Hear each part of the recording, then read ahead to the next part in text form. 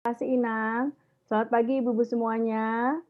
Selamat Selamat pagi Mbak pagi. Niken, Selamat selamat pagi. pagi juga Ibu Rini yang sudah mengkoordinir acara ini. Pagi hari ini ada juga yang Ibu Katrin dari DPD hadir. Selamat pagi Bu Katrin. Juga teman-teman kita dari WKRI cabang Tangerang 2. Jadi ada dari Monica, Barnabas, Laurentius, apa lagi ya? Nicodemus, itu lagi mana ya? Pokoknya ada 6 cabang, aku lupa kok ya. Nah, selamat pagi teman-teman semuanya. Juga selamat pagi ibu-ibu WKRI Sanmare. Apa kabar? Sehat-sehat semuanya? Puji Tuhan sehat. Ya, hari ini kita senang sekali mengadakan webinar mengenai pencegahan autoimun. Kadang-kadang kita juga bertanya, saya juga suka bingung autoimun tuh apa sih? Kayaknya kalau saya pribadi taunya autoimun tuh lupus gitu ya. Ternyata tuh terbagi-bagi banyak sekali macamnya. Nah, kami berharap dari seksi pendidikan yang sudah mengadakan acara ini, kegiatan ini menjadi sebuah pengetahuan baru sehingga kita bisa sharing ke teman kita kalau ada teman kita atau saudara kita yang bilang bahwa dia tuh ada autoimun, tapi kita sendiri kan awalnya nggak tahu. Dengan kegiatan ini kita menjadi tahu. Nah, saya juga secara pribadi terima kasih kepada bidang pendidikan, Mbak Ratna yang membawa bidang kependidikan, Bu Rini sebagai Kabid Pendidikan sudah mengadakan kegiatan ini. Dan sekali lagi dengan pandemi ini kita tetap semangat. Tahun lalu aja kita bisa lewati dengan baik, kita bersyukur ya nggak ada habis-habisnya. Sehingga tahun 2021 ini kita masih bisa bertemu lagi. Dan dengan webinar ini kita semakin tahu bagaimana sih mencegah atau caranya kalau kita sendiri itu ternyata autoimun. Itu aja. Jadi tetap semangat menjalani hari demi hari, tetap positif dan tetap jaga kesehatan. Terima kasih. Terima kasih Ibu Ade. Nah, sebelum kita masuk ke acara pokok kita hari ini, saya akan membacakan beberapa aturan main supaya flow-nya lancar aja. Yang pertama, semua peserta memang akan di-mute oleh panitia kecuali saya dan Ibu Niken. Yang kedua, nama yang terdaftar yang ada di Zoom Bapak dan Ibu itu harus sama dengan yang ada di tampilan Zoom beserta dengan yang terdaftar. Ini terkait dengan nanti pengiriman goodie bag. Yang mendapat goodie bag adalah peserta yang hadir dalam 2 sesi webinar, yaitu hari ini dan nanti tanggal 22 April minggu depan di waktu yang sama. Dan tersedia 4 buah hadiah bagi 4 orang dengan pertanyaan yang paling menarik. Dan ini nanti akan ditentukan sendiri oleh Ibu Niken pada sesi tanya jawab. Yang kelima, peserta boleh bertanya saat Ibu Niken nanti berpresentasi, tapi karena di-mute, jadi lewat chat aja. Atau kalau tidak bisa mempergunakan layar di Zoom Anda, bisa menghubungi langsung dengan Ibu Rini. Pasti tahu ya, karena daftarnya kan juga ada di flyer nomor WA-nya Ibu Rini. Nah, boleh chat lewat Ibu Rini. Yang keenam, sesi tanya jawab langsung oleh Ibu Niken akan kami buka setelah selesai presentasi. Caranya juga sama, di layar di Zoom di bagian kanan, itu bisa di-press, ada beberapa pilihan, nanti pilih boleh raise hand, boleh chat. Nah, raise hand nanti panitia akan membuka speaker, jadi bisa langsung bertanya dengan Ibu Niken. Kalau nggak bisa juga, nanti bisa menghubungi Ibu Rini, nanti Ibu Rini akan membantu menghubungkan dengan Ibu Niken. Demikian ya Ibu-Ibu, nanti kalau nggak jelas, boleh chat, atau boleh WA ini nanti akan sabar. Kita panggilkan saja, saya biasa panggilnya Mbak Niken aja ya, rasanya kalau Ibu, rasanya kita sudah sekali.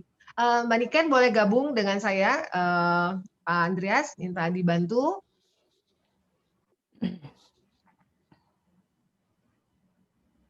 Halo Mbak Niken, apa kabar? Ya, baik. Selamat pagi semuanya. Semoga kita hari ini sehat selalu. Ya, selalu sehat semoga ya Mbak Niken. Nah, saya akan membacakan sedikit mengenai Mbak Niken. Who is Mbak Niken? Mbak Niken ini katanya lahir dari keluarga yang sangat sederhana, tapi dari kesederhanaan dan dari tempaan orang tua yang luar biasa, menjadikan Niken seorang pribadi yang bekerja keras, ambisius, dan tidak mau mengerjakan sesuatu, tutupnya Mbak Niken akan tahu lebih banyak siapa itu Mbak Niken dan kenapa seorang Niken menjadi sangat aktif untuk menyebarkan ilmu, men-sharingkan ilmu-ilmu mengenai penyakit-penyakit terutama autoimun. Nanti mungkin Mbak Niken selama presentasi juga akan menjelaskan. Nah, di saat umur yang masih muda, Mbak Niken sudah ditinggalkan oleh ayah tercinta karena satu penyakit, dan dari rasa penasaran kenapa papanya begitu cepat dipanggil, Mbak Niken belajar mencari tahu penyakit-penyakit yang diderita oleh papanya. Sebenarnya masih panjang lagi sih cerita Mbak Niken, tapi nanti nggak cukup 2 jam. Nanti kalau ibu-ibu mau lebih mengenal siapa Mbak Niken, mungkin bisa follow YouTube-nya Mbak Niken. Bukan begitu ya, Mbak Niken ya? Iya, betul.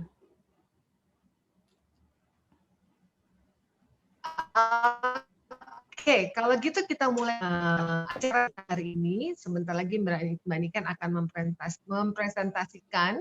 Dan sebelum itu, seperti Bu Adi bilang, pasti banyak yang juga belum tahu apa itu autoimun, atau mungkin sudah tahu nih kayaknya ada gejala nih, saya cuman nggak sure, apalagi sekarang kita susah untuk. Nanti di sini Mbak Niken akan menjelaskan. Mungkin pertanyaan pertama saya tadi Mbak Niken, apa sih autoimun itu? Silakan Mbak Niken. Oke. Ya. Terima kasih semuanya. Selamat pagi. Saya dengar juga ada beberapa rekan bukan dari Jakarta sekitarnya ya, ada yang dari jauh juga ya. Halo, bisa didengar?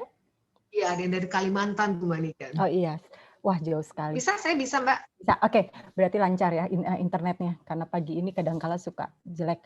Oke, saya akan mulai menjelaskan dulu mulai dari awal, yaitu mungkin di nama saya ada yang menyebutkan adalah praktisi functional medicine. Jadi mungkin saya akan bermula dari apa sih functional medicine dan apa sih dokter-dokter yang selama ini kita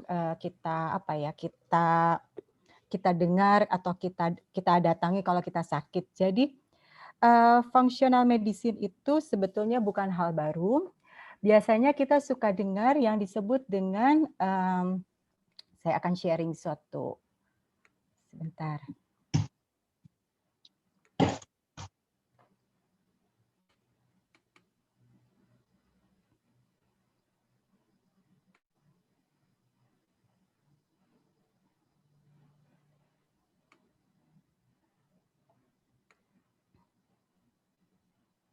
Oke. Tadi ada pertanyaan mengenai apa itu autoimun. Oke, saya kembali dulu ke apa itu autoimun. Jadi autoimun itu adalah sebetulnya jika tubuh kita menyerang tubuh kita sendiri juga. Nah, ini sangat banyak jenis penyakitnya. Jadi autoimun betul, salah satunya lupus. Tapi selain itu sebetulnya kita ada beberapa orang yang memiliki yang disebut dengan spektrum autoimun. Spektrum autoimun ini baru diperkenalkan karena sebelumnya orang hanya mengatakan autoimun. Nah, autoimun itu pada saat betul-betul sudah sakit, pada saat kekebalan tubuh menyerang tubuh itu sendiri. Nah, ini disebutkan sebetulnya ada 80 jenis penyakit autoimun, tapi semakin hari semakin bertambah karena semakin hari orang semakin melihat, oh ini adalah tubuh menyerang tubuh sendiri, bukan karena virus, bukan karena bakteri atau apapun, tapi memang karena tubuhnya salah menangkap alarm. Jadi misalnya salah satu contoh autoimun yaitu contoh paling mudahnya, untuk orang lain misalnya kita menghirup aroma tertentu, itu kita nggak apa-apa. Tapi ada penderita autoimun yang menghirup sesuatu aroma tertentu, dia bisa menjadi sakit, sangat sakit. Jadi karena tubuhnya menyangka aroma yang dia hirup itu adalah penyakit. Lalu sel darah putih diaktifkan sehingga mengusir semua penyakit yang dikira penyakit, padahal sebetulnya tidak sakit. Nah, ini kalau sudah sampai terjadi autoimun, banyak yang mengatakan tidak ada obatnya. Gejalanya pun sangat beragam, mulai dari kulit gatal-gatal, ke alergi, atau kecapean yang teramat sangat, jadi kita biasanya sudah capek, lalu istirahat, tapi ternyata masih bangun tidur tuh nggak bugar. Atau sebetulnya pada usia yang sudah di atas 45, itu suka terasa sakit di sendi-sendi. Jadi kayak sendi-sendinya mulai kaku, bangun tidur tangan cuma bisa begini dulu, baru pelan-pelan kita bisa ini. Nah itu juga itu suatu gejala awal dari autoimun. Ya jadi autoimun tuh sangat banyak. Jadi saya nggak bisa bilang, oh gara-gara sendi ini pasti autoimun, juga nggak bisa begitu. Jadi sangat panjang. Nah autoimun itu sendiri itu sebetulnya penyakit yang tidak mendadak. Jadi tidak bisa kita bilang autoimun. Sekarang kita kena autoimun tuh karena si tubuhnya itu sebetulnya adalah terjadi 5 atau 10 tahun sebelumnya. Jadi sebetulnya kita bisa mencegah sejak dini sekali. Nah, saya sendiri terkena autoimun bermacam-macam. Jadi saya pernah didiagnosa lupus, lalu saya berobat sampai ke Singapura, sampai ke Jepang itu. Habis itu malah kena hipertiroid, ya jadi sangat banyak dan perjuangan ini nggak pernah berhenti karena saya nggak tahu besok-besok apa lagi. Nah ini sekarang ada muncul sedikit yang disebut dengan psoriasis. Mungkin saya akan memperlihatkan dulu kalau teman-teman yang mengenal orang autoimun mungkin akan mengatakan tidak seperti ini. Benar sekali, karena harusnya seperti ini. Sebentar, saya akan sharing.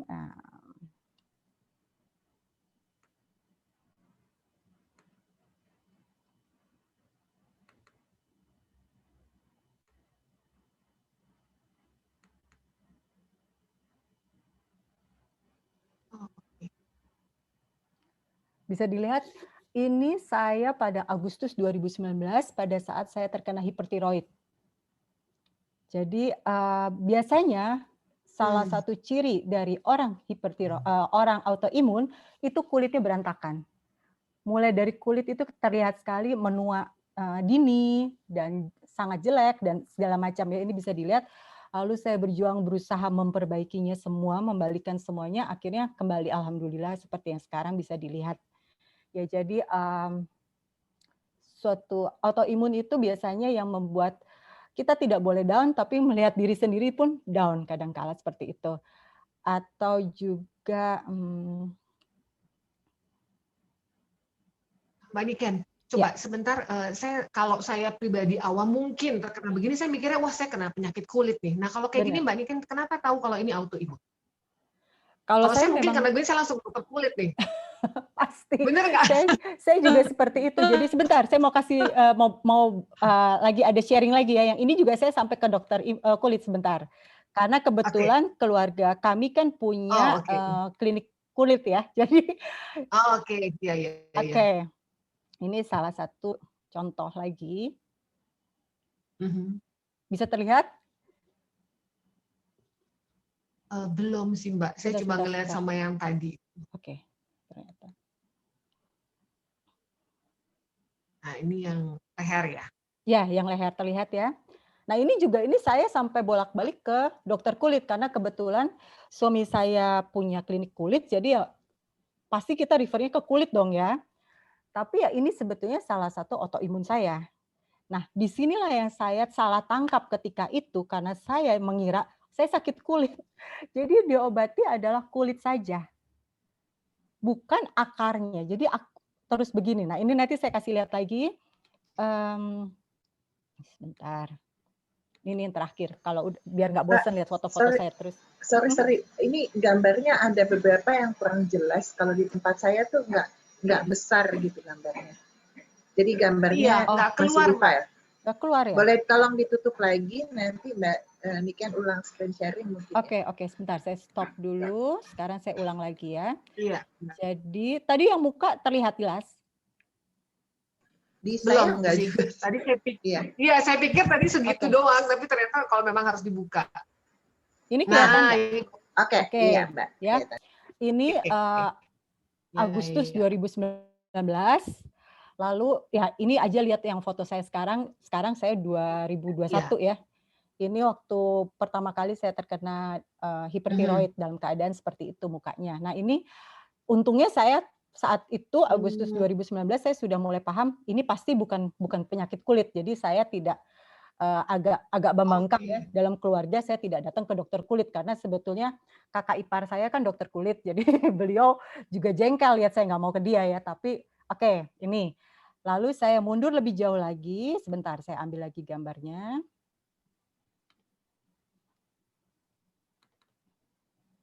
Nah, ini yang tadi dari muka, ini yang leher. Bisa terlihat?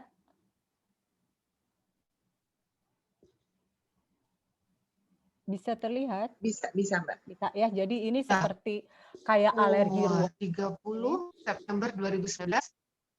Ya, saya bisa Mbak. Bisa ya. Jadi ini 3 bulan sih, 2 bulan lebih lah memperbaikinya. Jadi ini bisa terjadi kalau kita perbaikinya akar. Nanti kita akan belajar mengenai gimana sih supaya tidak begini banget ya. Nah, lalu saya sharing lagi. Nah, ini tangan bisa terlihat? Oke, ini kok ketutup. Ini tangan saya bisa terlihat? Belum, Mbak. Sudah muncul? Udah Mbak, udah. Udah ya. Nah, jadi itu terlihat tangan itu kayak itu nggak ada apa ya, nggak ada muncul apa-apa tapi menghitam dan menggosong itu bukan cuma tangan, itu seluruhnya. Jadi seluruh tubuh bisa seperti itu, pokoknya mengerikan. Di bawah permukaan kulit ya? Itu di bawah permukaan kulit atau di atas? Itu maksudnya ada mulus aja tapi warnanya berubah kulitnya. Oh iya, makanya di bawah permukaan kulit ya. Jadi kalau kita raba sih nggak ada apa-apa. Gitu. Iya, nggak ada apa-apa. Tapi itu seperti itu ya lumayan ya kita kemana-mana kan tangan terlihat. Ya seperti itu. Nah ini. Nah jadi saya memang sempat salah diagnosa juga ya. Jadi saya termasuk yang sempat salah diagnosa.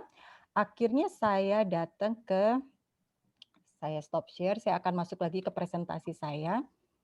Yaitu ini bisa terlihat presentasi saya? Mbak Niken, sebentar, saya mau bicara dulu. Saya baca beberapa chat. Bapak dan Ibu, Mbak Niken ini bukan dokter. Mbak Niken ini adalah praktisi functional medicine. Nah, itu. Jadi mungkin Mbak Niken, karena ada pertanyaan saya sebelum lanjut, ada yang bertanya diabetes itu autoimun ada. Ya, termasuk. Ya, betul. Baik. Oke, saya akan jelaskan siapa sih saya ya. Jadi saya menimpa S1 saya sebagai engineer teknik industri. Lalu S2 saya sebagai engineer lagi teknik elektro. Saya tertarik pada semua yang berbau medical. Ketika lulus dari SMA pun sebetulnya saya keterima di kedokteran, tapi karena saya tinggal di Bandung, sedangkan yang keterimanya adalah di Jakarta, saat itu saya anak yatim, jadi pertimbangan biaya saya nggak berani masuk ya. Waktu itu keterima yang tanpa ujian. Nah itu akhirnya saya melepaskan diri. Tapi kenapa saya menyukai medical, itu bermula dari penyakit papa saya. Papa saya meninggal, mulai sakit itu saya menginjak 1 SMA, dan papa saya ini orang yang sangat keras ya. Jadi beliau tuh orang yang sangat apa ya, kalau seingat saya benar-benar keras ya. Nah beliau mengatakan, papa sakit, kamu nggak bisa bantu papa ya, cari tahu penyakit papa apa. Lalu papa mengajak saya ke British Institute, jadi di situ ada perpustakaan, ada library punya British. Dan di situ saya benar-benar ke bagian medical dan papa saya setiap saya pulang dari sana menanyakan gimana apa yang kamu terima gitu. Jadi saya mulai membaca buku-buku berbahasa asing itu ya saat itu. Nah dari situ saya mulai mengetahui penyakit papa saya adalah sirosis hati. Di mana saya tahu pada saat itu tidak ada pengobatannya dan sayangnya penyakit papa saya ini penyakit panjang, yaitu beliau terkena sebetulnya sudah ada ciri-ciri akan menjadi sirosis itu 5 sampai 10 tahun ke belakang. Nah, disitulah saya mulai merasa menyesal ya, kalau saya tahu semua ini 10 tahun sebelumnya, mungkin saya bisa membantu papa saya, sehingga papa saya tidak akan sakit seperti saat itu. Nah, itu di situ saya mulai tertarik, lalu juga sayangnya saya harus memilih jalur pendidikan yang cepat lulus, anak yatim, dan juga murah ya. Jadi saya memilih engineer untuk yang murah. Nah, tapi itu tidak terlepas, jadi pada tahun 2007 ya 2007 itu saya membuka suatu toko kue, di mana saat itu 2007 ya, gula itu masih belum dianggap sesuatu yang berbahaya. Tapi saya sudah mengusung gula itu berbahaya.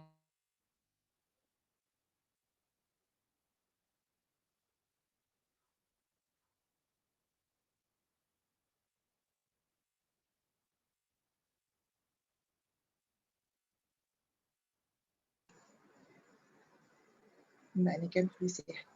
Halo? Halo? Ya, udah. Bisa ya? Tadi terputus sampai mana ya? Soal yang gula itu, Mbak. Oke, itu sih baru aja. Gula.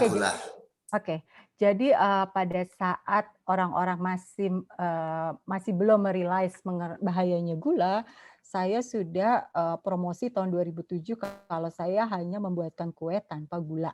Jadi ketika itu memang sudah mulai edukasinya, jadi ada beberapa teman kayak seperti di sini ada Francisca Rini, itu salah satu teman lama saya yang tahu gimana saya berusaha mengedukasi. Lalu pada tahun 2016 orang-orang belum mengenal soal vitamin D, karena itu juga memang baru sekali, saya sudah mulai mengedukasi mengenai pentingnya vitamin D terutama pada anak-anak. Jadi ya saya praktisi karena bermulai dari saya nggak mau ada orang yang seperti saya di mana masa produktif tapi ternyata sakit. Saya juga nggak mau ada orang seperti saya yang di mana masih memerlukan papahnya, tapi papahnya ternyata terkena penyakit long term yang harusnya bisa dihindari jauh sebelum beliau sakit. Nah, inilah kenapa saya tertarik dengan yang disebut dengan functional medicine. Share screen-nya masih muncul ya? Atau udah nggak ada? Nggak ada, Mbak. Udah nggak ada. Nggak ada, sebentar. Ini share screen-nya muncul? Ada. Ada, oke. Nah, apa sih itu functional medicine? Functional medicine itu mungkin yang bagi Bapak Ibu di sini kenal disebut dengan holistik ya. Mungkin pada kenal yang disebut dengan holistik, tapi juga mungkin ada pertanyaan, holistik itu apa gitu. Oke, kalau functional medicine itu dia mengobati dari akarnya. Jadi kalau kita ke yang lawannya functional medicine adalah conventional medicine.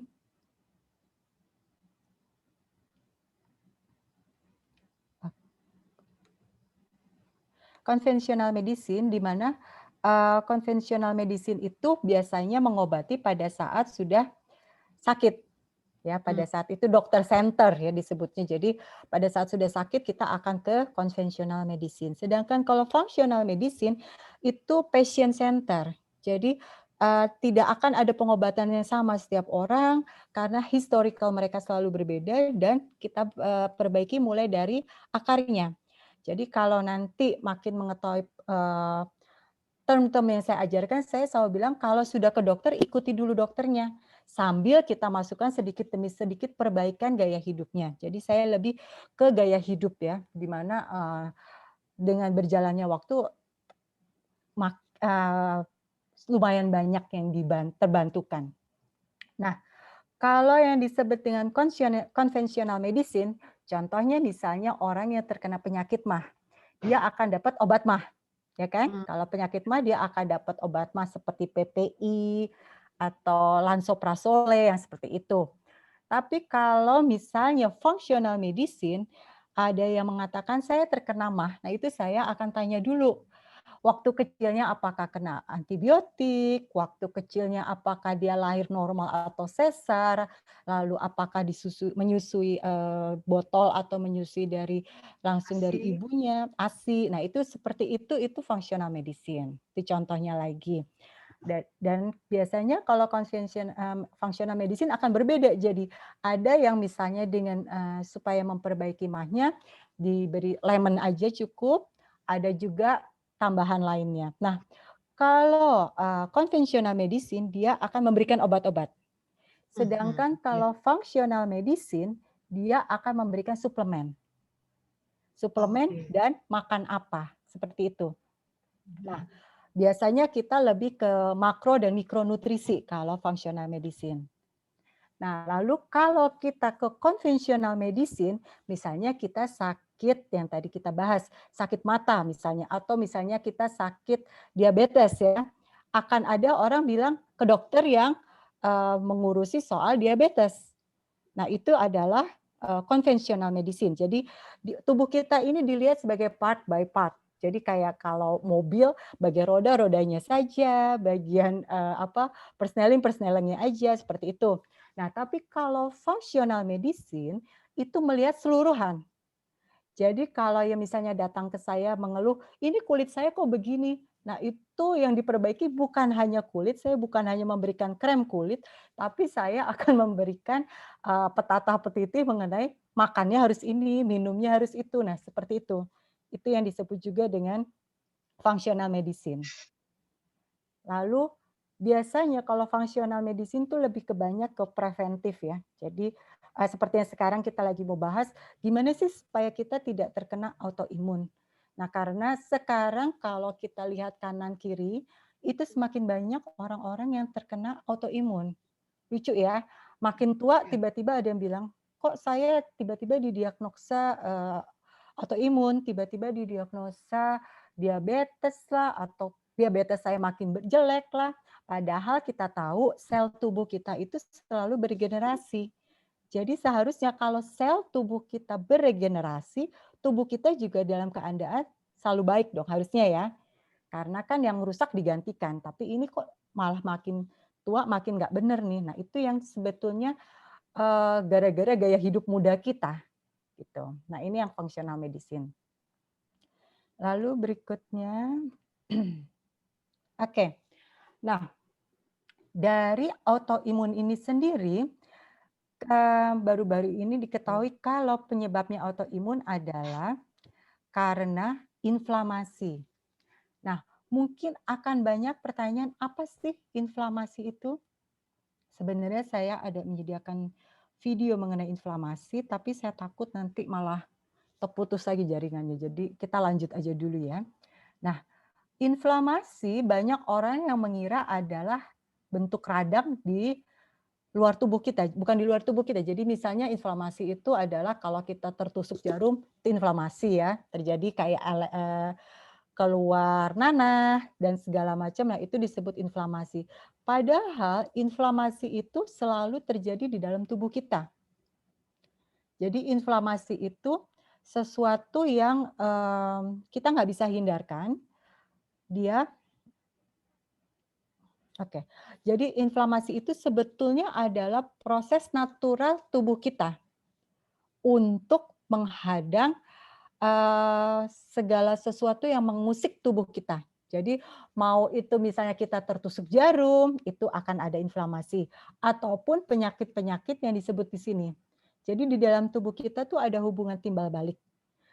Inflamasi disebabkan karena autoimun, ini salah satu contohnya.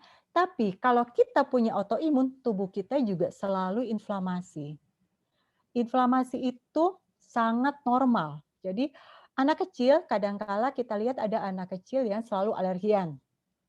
Nah, itu salah satu bentuk inflamasi dari tubuh dia untuk mencegah agar tidak terjadi kuman-kuman atau dia terkena alerginya gara-gara makanan, untuk mencegah terjadilah darah putih diaktifkan sehingga terjadi inflamasi.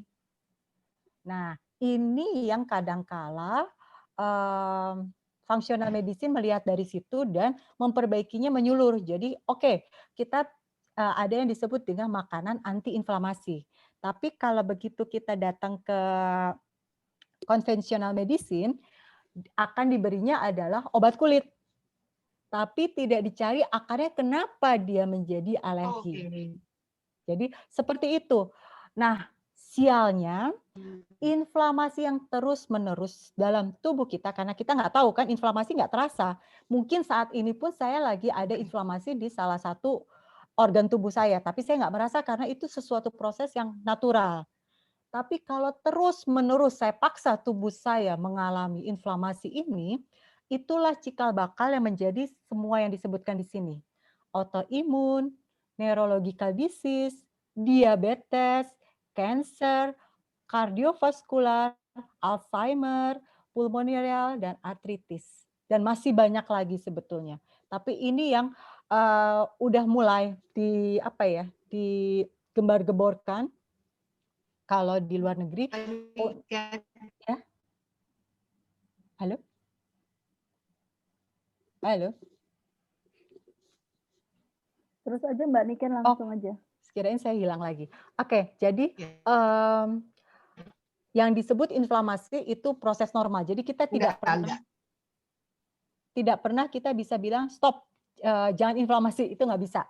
Yang bisa kita lakukan adalah kita mencegah diri kita jangan terkena inflamasi ini. Nah, ini tadi sudah apa itu inflamasi. Nah, ini yang saya ambil dari salah satu website medical yang disebut dengan NCBI, di mana dia mengatakan bahwa inflamasi itu body system aja, respon terhadap iritasi. Iritasinya ini bisa juga kuman, bisa juga benda asing kayak yang tadi saya beri contoh misalnya ketusuk jarum atau apa, itu juga udah inflamasi. Tapi kita nggak pernah bisa tahu tubuh kita lagi inflamasi atau enggak. Seperti sekarang kita lagi rame pandemi COVID. Nah, banyak yang mengatakan hati-hati dengan long COVID. Nah, long COVID itu maksudnya kenapa? Karena pada saat kita terkena inflamasi, pada saat kita terkena COVID, tubuh kita terjadi inflamasi. Tubuh kita berusaha melawan, walaupun ada yang kuat, ada yang enggak ya. Nah, itu yang harus mulai diwaspadai karena pada saat terjadi inflamasi ini mungkin 5 tahun ke depan akan terjadi yang disebut dengan long COVID. Nah, ini yang harus hati-hati. Jadi biasanya setiap orang habis sakit sebaiknya kita mulai melakukan suatu proses penyehatan tubuh. Jadi kalau functional medicine tuh sehat itu proses, di mana di dalam prosesnya itu ada rasa sakit juga. Sedangkan kan kalau medical biasa itu sakit itu pada saat tidak ada sehat ya. Jadi pada saat sehat nggak ada, jadi rasanya sakit. Tapi sebetulnya kalau functional medicine sehat itu proses panjang sekali, prosesnya nggak bisa kita pendekkan. Nah, di mana dia akan di dalam prosesnya itu akan terasa mungkin akan rasa sakit, akan ada rasa nggak nyaman, itu akan ada. Itu adalah proses alami tubuh kita untuk memperbaiki apapun yang ada dalam tubuh kita. Seperti mungkin para Bapak Ibu di sini sudah pernah melakukan detox. Nah, pada saat melakukan detox itu kan nggak enak sama sekali kan? Tapi itu tidak ada jalannya selain membersihkan tubuh kita. Nah, itu adalah yang disebut dengan proses sehat. Nah, kalau ditanya, jadi bagaimana cara menghindarinya? Cara menghindarinya itu adalah dengan biasanya saya akan minta untuk kita hindari makanan-makanan penyebab inflamasi. Makanan penyebab inflamasi ini kalau kita udah mulai teratur ya, biasanya kalau udah teratur cukup sebulan aja kita stop. Jadi karena dia penyebab inflamasi, kita sebulan kita stop, lalu kita mulai lagi, nanti satu persatu kita perkenalkan kepada tubuh kita. Nah itu paling enggak inflamasi tidak jadi berkelanjutan. Jadi yang tadinya harusnya berkelanjutan kita stop sehingga diharapkan ke depannya tidak menjadi cancer atau kelainan sel yang autoimun ini. Jadi ini sebetulnya supaya sel kita beristirahat.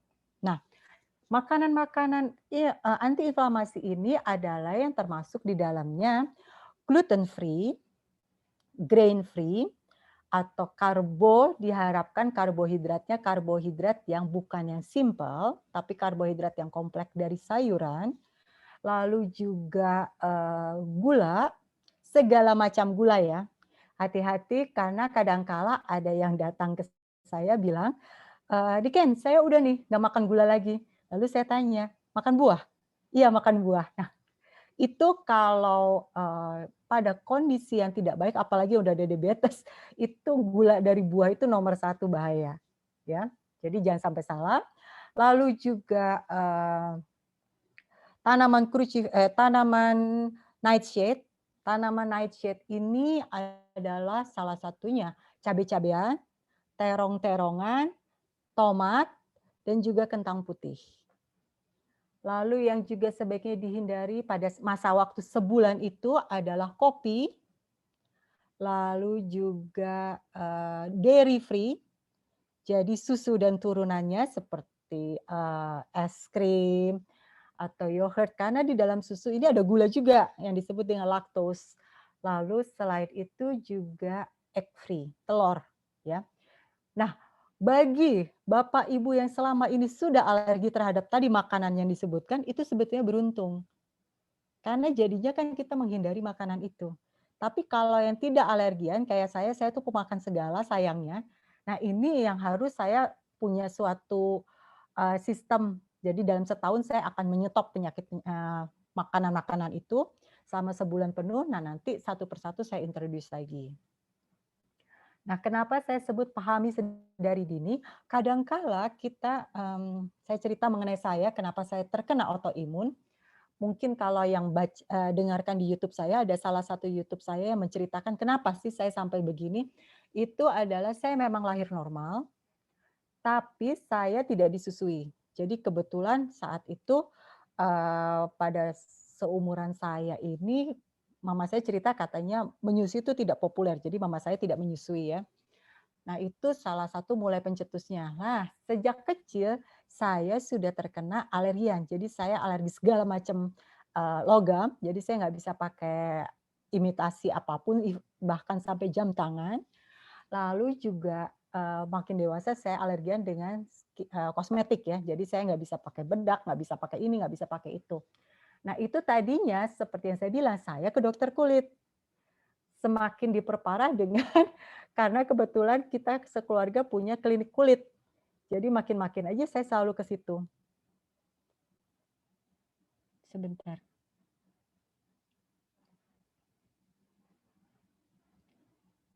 Oke. Makanan nanti saya share ya, saya akan share. Cuman nanti akan saya kasih atau bisa lihat di link YouTube nanti juga saya akan kasih ya. Oke, jadi cara menghindarinya adalah pahami sedari dini itu saya teruskan lagi. Saya ke klinik klinik kulit ya, di mana dikasih perawatan intensif, tapi ternyata salah, bukan akarnya. Lalu akhirnya di tengah keputusasaan saya ke Singapura dan Jepang, lalu berobat di sana, ketemu dengan functional medicine yang selama ini saya jalankan, jadi akhirnya saya semakin mengerti di sana juga. Ya, yang tadinya setiap tahun saya masuk rumah sakit, 2 tahun terakhir ini saya tidak masuk rumah sakit. Lalu dari situ juga segala macam saya berusaha sekarang hati-hati. Nah, sebetulnya ada lagi yang disebut dengan perbaikan sel. Cuma itu nanti akan saya terangkan di pertemuan kedua ya. Jadi pertemuan pertama ini kita kenalan dulu dengan penyebabnya, inflamasi. Jadi kita mulai sadari sebenarnya tubuh kita ini lagi inflamasi enggak saat ini. Nah, ini contoh-contoh kondisi inflamasi. Bagi yang masih mukanya suka jerawatan, kadangkala ibu-ibu ini suka ya kalau, aduh saya bentar lagi PMS nih, jadi muka saya jerawatan, wajar dong. Sebetulnya nggak wajar. Sebetulnya itu sangat harus mulai kita perhatikan, ini kenapa bisa jerawatan pada udah seumur gini gitu. Lalu yang kegemukan, jadi selalu konsepnya kita adalah memperbaiki dulu berat badan, kegemukan dan underweight ya. Di sini ada kegemukan dan underweight. Jadi biasanya kalau ada yang kegemukan, kita perbaiki dulu supaya kembali dulu ke normal. Kalau underweight kita kembalikan dulu menjadi normal juga dulu. Jadi supaya tubuhnya menjadi bebas dari inflamasi. Jadi jangan salah, kegemukan ini di dalam tubuh kita pada saat sel-sel lemak misalnya bergesekan lah, atau pada saat sendi-sendi bergesekan yang gara-gara terlalu gemuk. Nah itu terjadi inflamasi. Jadi itu harus mulai dikurangi juga. Penyakit jantung. Nah, penyakit jantung ini biasanya kadang-kala karena kolesterol. Kolesterol bukan karena makanan ya. Kolesterol itu memang banyak yang misleading mengatakan karena makanan. Padahal kolesterol sebetulnya karena kondisi liver kita tidak baik. Jadi dari situ juga kita perbaiki dulu dari akarnya. Lalu alergi ini sudah jelas, ini yang selalu saya alami dalam masa kecil saya, alergi. Jadi bagi yang masih biasanya makin tua alergi itu makin parah. Nah, ini kita harus perbaiki juga. Artritis, asma, atau yang kalau pagi-pagi selalu bersin, pagi-pagi selalu, ini hidung kok tersumbat ya. Nah, itu juga. Lalu eksim itu kayak alergi tapi biasanya ada yang gatal, ada yang enggak ya. Atau penyakit di bowel. Jadi misalnya sembelit atau malah konstipasi ya seperti itu. Ini contoh-contohnya. Nah, inflamasi, saya mundur lagi. Inflamasi, oke, kita tadi udah tahu nih, inflamasi membuat menjadi autoimun atau bahkan kanker. Tapi kita mundur lagi, ada yang disebut dengan leaky gut. Nah, gara-gara namanya gut, nah ini jadi orang-orang suka salah paham. Orang-orang mengatakan leaky gut itu adalah penyakit MAH. Di mana jika orang datang selalu mengatakan, tapi saya nggak ada MAH, tapi ada jerawat. Itu sebetulnya adalah leaky gut juga. Ya, jadi leaky gut itu apa? Ini bisa kita lihat di healthy gut dan leaky gut. Itu saluran pencernaan kita, usus-usus pencernaan kita tuh sebetulnya kayak dinding yang mepet, nyatu. Nah, karena pola makan kita yang salah, terutama karena kita sangat pengabdi karbo dan gula, akibatnya terjadilah kekosongan bolong antara para sel-sel di dalam gut kita. Akibatnya apa? Yang harusnya ini makanan, ya, ini pembuluh darah dia bawah, atas makanan, yang harusnya makanan ini tidak masuk ke pembuluh darah, akibatnya jadi masuk ke aliran pembuluh darah kita. Nah, itulah penyebab inflamasi terbesar. Jadi inflamasi sumber terbesarnya adalah sebetulnya leaky gut. Nah, leaky gut ini biasanya orang tidak merasa karena kadangkala memang bukan hanya menurut sakit perut aja, tapi yang tadi bisa kita lihat kalau kita terlalu gemuk atau kita banyak ya ibu-ibu bilang bernafas aja gemuk ya. Nah, itu sebetulnya leaky gut. Bernafas aja gemuk atau misalnya, "Duh, kok muka saya udah kuyuk ya, jadi kalau saya nggak pakai krim dokter, muka saya tidak bisa celing." Gitu. Nah, apa kabar saya dong kalau gitu ya, saya benar-benar nggak bisa pakai ya. Nah, itu sebetulnya bisa diperbaiki. Jadi seperti yang tadi kenapa saya kasih lihat muka saya waktu saya terkena autoimun pada saat flare ya, sebutannya flare, itu sebetulnya leaky gut-nya parah. Lalu saya perbaiki semua leaky gut saya dan kondisi saya seperti sekarang ini. Jadi saya memang sendi masih kadang-kala sakit, tapi saya sudah bisa tiap hari berenang 600 meter. Nah, itu saya bukan mau sok muda atau sok kuat, tapi saya ingin bisa lebih menikmati hidup ya, bukan terus-menerus di tempat tidur. Nah, pada saat udah leaky gut ini biasanya karena kita tidak sadar, kita biarkan saja leaky gut ini terjadi terus dan terus dan terus, akibatnya inflamasi terus-menerus juga yang mengakibatkan akhirnya drop badan kita, imunitas kita drop. Nah, terjadilah autoimun. Atau yang terburuk adalah sel-sel kita berubah fungsinya. Yang mengakibatkan disebut dengan tadi salah satunya kanker. Ya. Nah, pada saat leaky gut ini bukan hanya sel saja yang berubah, tapi hormonal juga. Nah, itulah penyebabnya salah satunya misalnya penyakit tiroid atau diabetes. Ya, diabetes ini sebetulnya adalah kejadian ketika kita insulin resisten. Insulin itu adalah hormonal. Ya. Jadi semua ini bermulanya hanya sebetulnya dari perut. Jadi kalau misalnya pernah dengar 80% penyakit itu bermula dari perut, itu sangat betul. Jadi itu sangat betul dan itu sebaiknya kita perbaiki dulu. Nah, ada 4 jenis leaky gut yang kita harus perbaiki. Adalah makanan. Makanan tadi saya sudah sebut makanan antiinflamasi itu untuk untuk menghindari dari leaky gut ini. Lalu racun. Nah, ini yang salah satunya kita nggak bisa kontrol sebetulnya ya. Racun ini salah satunya adalah dari stres. Jadi kadangkala apalagi para ibu ya, kalau anaknya ujian kita yang mules. Padahal itu yang mengakibatkan juga racun dalam tubuh kita. Jadi stres ini nomor 1 ya untuk racun dalam tubuh kita. Jadi ya memang kita harus menghindari stres. Tapi salah satu stres yang tidak terlihat juga misalnya kurang minum, tubuh kita menjadi kehausan. Nah, itu juga udah stres ya. Nah, selain itu adalah obat-obatan, merkuri, pestisida, BPA, dan ada satu yang saya sengaja tidak masukkan di sini karena takut misleading, yaitu antibiotik. Siapapun yang pernah terkena antibiotik itu ada ciri-ciri leaky gut. Jadi kembali lagi tadi saya sebut kita lagi pandemi, siapapun yang pernah terkena COVID pasti mengalami diberi antibiotik super kuat ya. Nah, itu biasanya mengikis lapisan jaringan gut kita. Akibatnya terjadi leaky gut. Nah, bagaimana cara memperbaikinya nanti di slide berikutnya. Lalu ini berikutnya lagi adalah stres dan ada infeksi.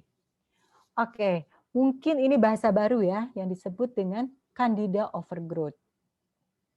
Jadi gini, tubuh kita itu 70%-nya terdiri dari mikrobiome. Dan 30%-nya lagi terdiri dari sel.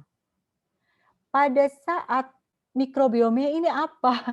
Ini sebetulnya nanti akan saya jelaskan lagi pada pertemuan berikutnya, lebih mendalam kita mengenali apa sih mikrobiome ini. Tapi ada satu yang di dalam mikrobiome, jadi mikrobiome itu harus sangat seimbang. Mikrobiome itu terdiri dari bakteri baik, bakteri buruk, ada juga virus, ada jamur. Jadi jangan kaget kalau kadang-kala saya bilang badannya jamuran. Itu bukan sesuatu yang jelek atau kadang-kala orang menyangka itu sesuatu yang jorok, padahal itu adalah kondisi alami kita. 70% loh kita punya mikrobiome, salah satunya jamur, lalu ada parasit dan juga inilah cara hidup si mikrobiome ini tergantung dari pola makan kita. Kalau kita makannya masih suka sugar, semua turunan sugar, nah itu akan terjadi kondisi yang disebut dengan Candida overgrowth. Cara termudah untuk melihatnya sebetulnya adalah tinggal periksa lidah masing-masing. Kalau ada coating putih, itu biasanya yang disebut dengan Candida overgrowth. Nah, itu menyebabkan infeksi yang tidak terasa pada tubuh kita. Tapi cirinya sebetulnya banyak. Misalnya, sehabis makan kita masih merasa pengen makan manis-manis. Itu salah satu ciri Candida overgrowth. Karena Candida ini hanya bisa hidup di kondisi manis. Jadi dia merasa saya masih kurang makan nih, dia akan kasih triggering ke otak kita untuk minta gula. Jadi kita pengen manis-manis. Itu salah satu contoh udah kita ada Candida overgrowth. Lalu parasit ini biasanya kita suka kayak diare dan segala macam, atau SIBO juga contohnya diare. Nah, 4 ini adalah penyebab leaky gut. Jadi biasanya kita petanin atau bahasa Jawa ya, bahasa Indonesianya kita pilihin apa sih penyebabnya. Kadangkala racun kita nggak bisa hindari karena kita kan hidup sekarang di zaman banyak sekali produk-produk pabrikan ya, di mana kita nggak tahu juga isinya apa aja. Jadi ya sudah, tapi terbesar adalah kita perbaiki infeksi gut kita dan makanan juga stres. Ini simptom leaky gut sebetulnya sama dengan simptom-simptom pada autoimun atau simptom pada inflamasi. Jadi kalau yang bolak-balik merasa ada masalah dengan pencernaan itu sudah pasti leaky gut. Tapi yang lainnya lagi, misalnya kalau dia autoimun, itu sudah pasti akan ada leaky gut. Lalu ada masalah pada kulit, alergian, jerawatan, muka nggak glowing, lalu juga penuaan dini, atau juga biasanya mulai terjadi eksim di mana-mana. Atau malnutrisi. Yang disebut malnutrisi ini biasanya karena memang kondisi di Indonesia kita tidak diperkenalkan dengan suplemen ya. Kita hanya diperkenalkan dengan obat-obatan, lalu farmasi di sini memang sangat hebat industrinya, jadi farmasi obatan ya, tapi farmasi untuk suplemen itu biasanya akhirnya tenggelam karena mereka lebih menyukai menggarap yang disebut dengan obat karena kalau obat tuh kita jadi ketergantungan, sedangkan kalau suplemen itu kita hanya memperbaiki yang kurang-kurang saja didapat dari makanan. Lalu, nah ini biasanya kalau saya suka terjadi ya, kalau saya udah mau mulai flare itu mulai terjadi yang disebut dengan brain disorder. Brain disorder itu bisa mulai dari pusing, depresi, anxiety, ADHD, atau moody. Nah, sebetulnya cirinya gampang. Kalau kita mulai baca status orang, lalu mulai terasa tersinggung, tersinggung atau moody atau baperan. Nah, itu salah satu yang disebut dengan brain disorder. Nah, sebaiknya mulai perbaiki si leaky gut ini karena nanti di term berikutnya saya akan menjelaskan hubungan antara kok bisa sih perut ini ada hubungan dengan kepala, sangat betul. Jadi jangan salah, ini untuk anak-anak juga sangat penting karena brain disorder ini salah satunya adalah ketidakmampuan untuk fokus. Jadi kalau anak ada yang mulai merasa ini kok tiba-tiba anak saya jadi nggak fokus ya. Jadi misalnya yang tadinya dia bisa duduk tenang mendengarkan gurunya, terus tiba-tiba jadi bandel atau jadi suka mengganggu temannya dan segala macam. Biasanya saya minta periksa makannya. Nah, itu biasanya dari makanan udah terlihat ada sesuatu yang memicu dia untuk menjadi seperti itu. Jadi hati-hati, brain disorder bukan hanya melulu depresi atau anxiety, bukan, tapi bisa berupa ketidakmampuan untuk fokus. Ya, itu bisa dilihat. Lalu sendi, ini biasanya keluhan di atas 45 untuk para ibu-ibu terutama, sendi sakit, badan nyeri, untuk dipakai jalan, telapak kaki mulai sakit, atau sama-sama kita periksa kaki kita suka ada bengkaknya. Nah, ini salah satu masalah juga dari simptom leaky gut. Lalu kelelahan berlebih, sudah. Apa ya, sepertinya kok kayaknya kita habis olahraga terus. Atau ngos-ngosan, nggak sanggup untuk ngomong panjang, pasti tengah-tengah harus ngos-ngosan, itu udah mulai yang salah satu simptom dari leaky gut. Yang berikutnya lagi yang tadi saya sudah sebut, craving sugar atau carb. Jadi kadangkala di salah satu regimenya saya, itu saya memutus hubungan terhadap sugar dan carb. Nah, ini ada aja orang akan datang, nggak bisa baru 2 jam tanpa carb saya udah pusing. Nah, ini tanda-tanda kecanduan. Jadi sugar itu memang memiliki satu hal yang sebetulnya ditakuti adalah memicu kecanduan. Jadi kalau kita belum bisa melepaskan rasa sayang kita terhadap sugar dan carb, itu biasanya ada sesuatu juga di leaky gut kita. Nah, ini salah satu pengobatannya. Jadi biasanya kita tadi adalah yang disebut dengan 4R. 4R ini adalah yang pertama remove. Nah, jadi jangan terburu-buru dulu minum obat karena merasa aduh leaky gut langsung minum obat mah, itu sangat dilarang karena sebetulnya kalau obat mah ini ada di salah satu podcast saya ya. Kalau berminat nanti saya bisa jelaskan. Ini sebetulnya kalau di Amerika sudah di-ban. Di Amerika, di Kanada udah di-ban, tapi di sini masih dibolehkan. Jadi jangan tanya saya kenapa, tapi begitulah keadaannya. Jadi sebaiknya yang masih tergantung pada obat mah, mungkin bisa colek saya, nanti saya bantu gimana caranya melepaskan ketergantungan dari obat mah. Karena pasangan saya sendiri juga tadinya pencinta obat mah. Dia segala macam yang belakangnya oleh-oleh itu hampir selalu menjadi pegangan, tapi setelah kita perbaiki leaky gut-nya itu semua lepas. Ya. Nah, jadi remove tuh yang tadi yang segala makanan penyebab inflamasi, nanti saya akan berikan catatannya khusus, digantikan dengan sayur rendah karbo. Sayur rendah karbo ini harus hati-hati. Kalau saya biasanya rekomendasi adalah brokoli dan kale. Kalau sulit mendapatkan brokoli dan kale, sudah lebih baik jangan. Karena apa?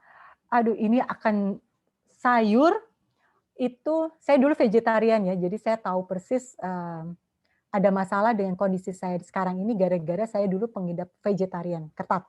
Rini bisa tahu banget gimana kalau kemana-mana saya carinya makanan vegetarian. Sayur-sayuran ini ternyata dia memiliki satu zat yang tidak diperlukan oleh tubuh kita, namanya oksalat.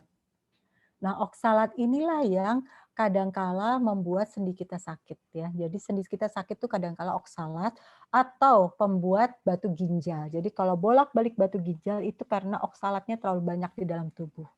Oksalat harusnya bisa dikeluarkan oleh tubuh, tapi kalau kita ada leaky gut itu nggak bisa dikeluarkan, jadi akhirnya menumpuk di mana-mana.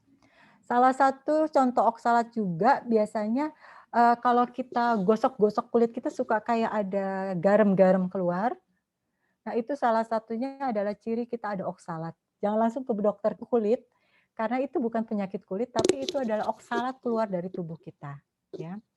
Nah jadi digantinya, kalau sayur susah, kalau brokoli dan kale saya tahu juga agak sulit ya kadang-kali didapat. Kita makanlah daging, tapi dagingnya jangan yang grain feed, cari yang grass feed. Sebetulnya daging yang paling bagus tingkatannya adalah babi, lalu yang berikutnya adalah seafood, sapi, seafood, dan ayam itu menempati ini, tapi yang paling bagus memang babi. Jadi itu bisa, dan yang paling bagus lagi adalah liver.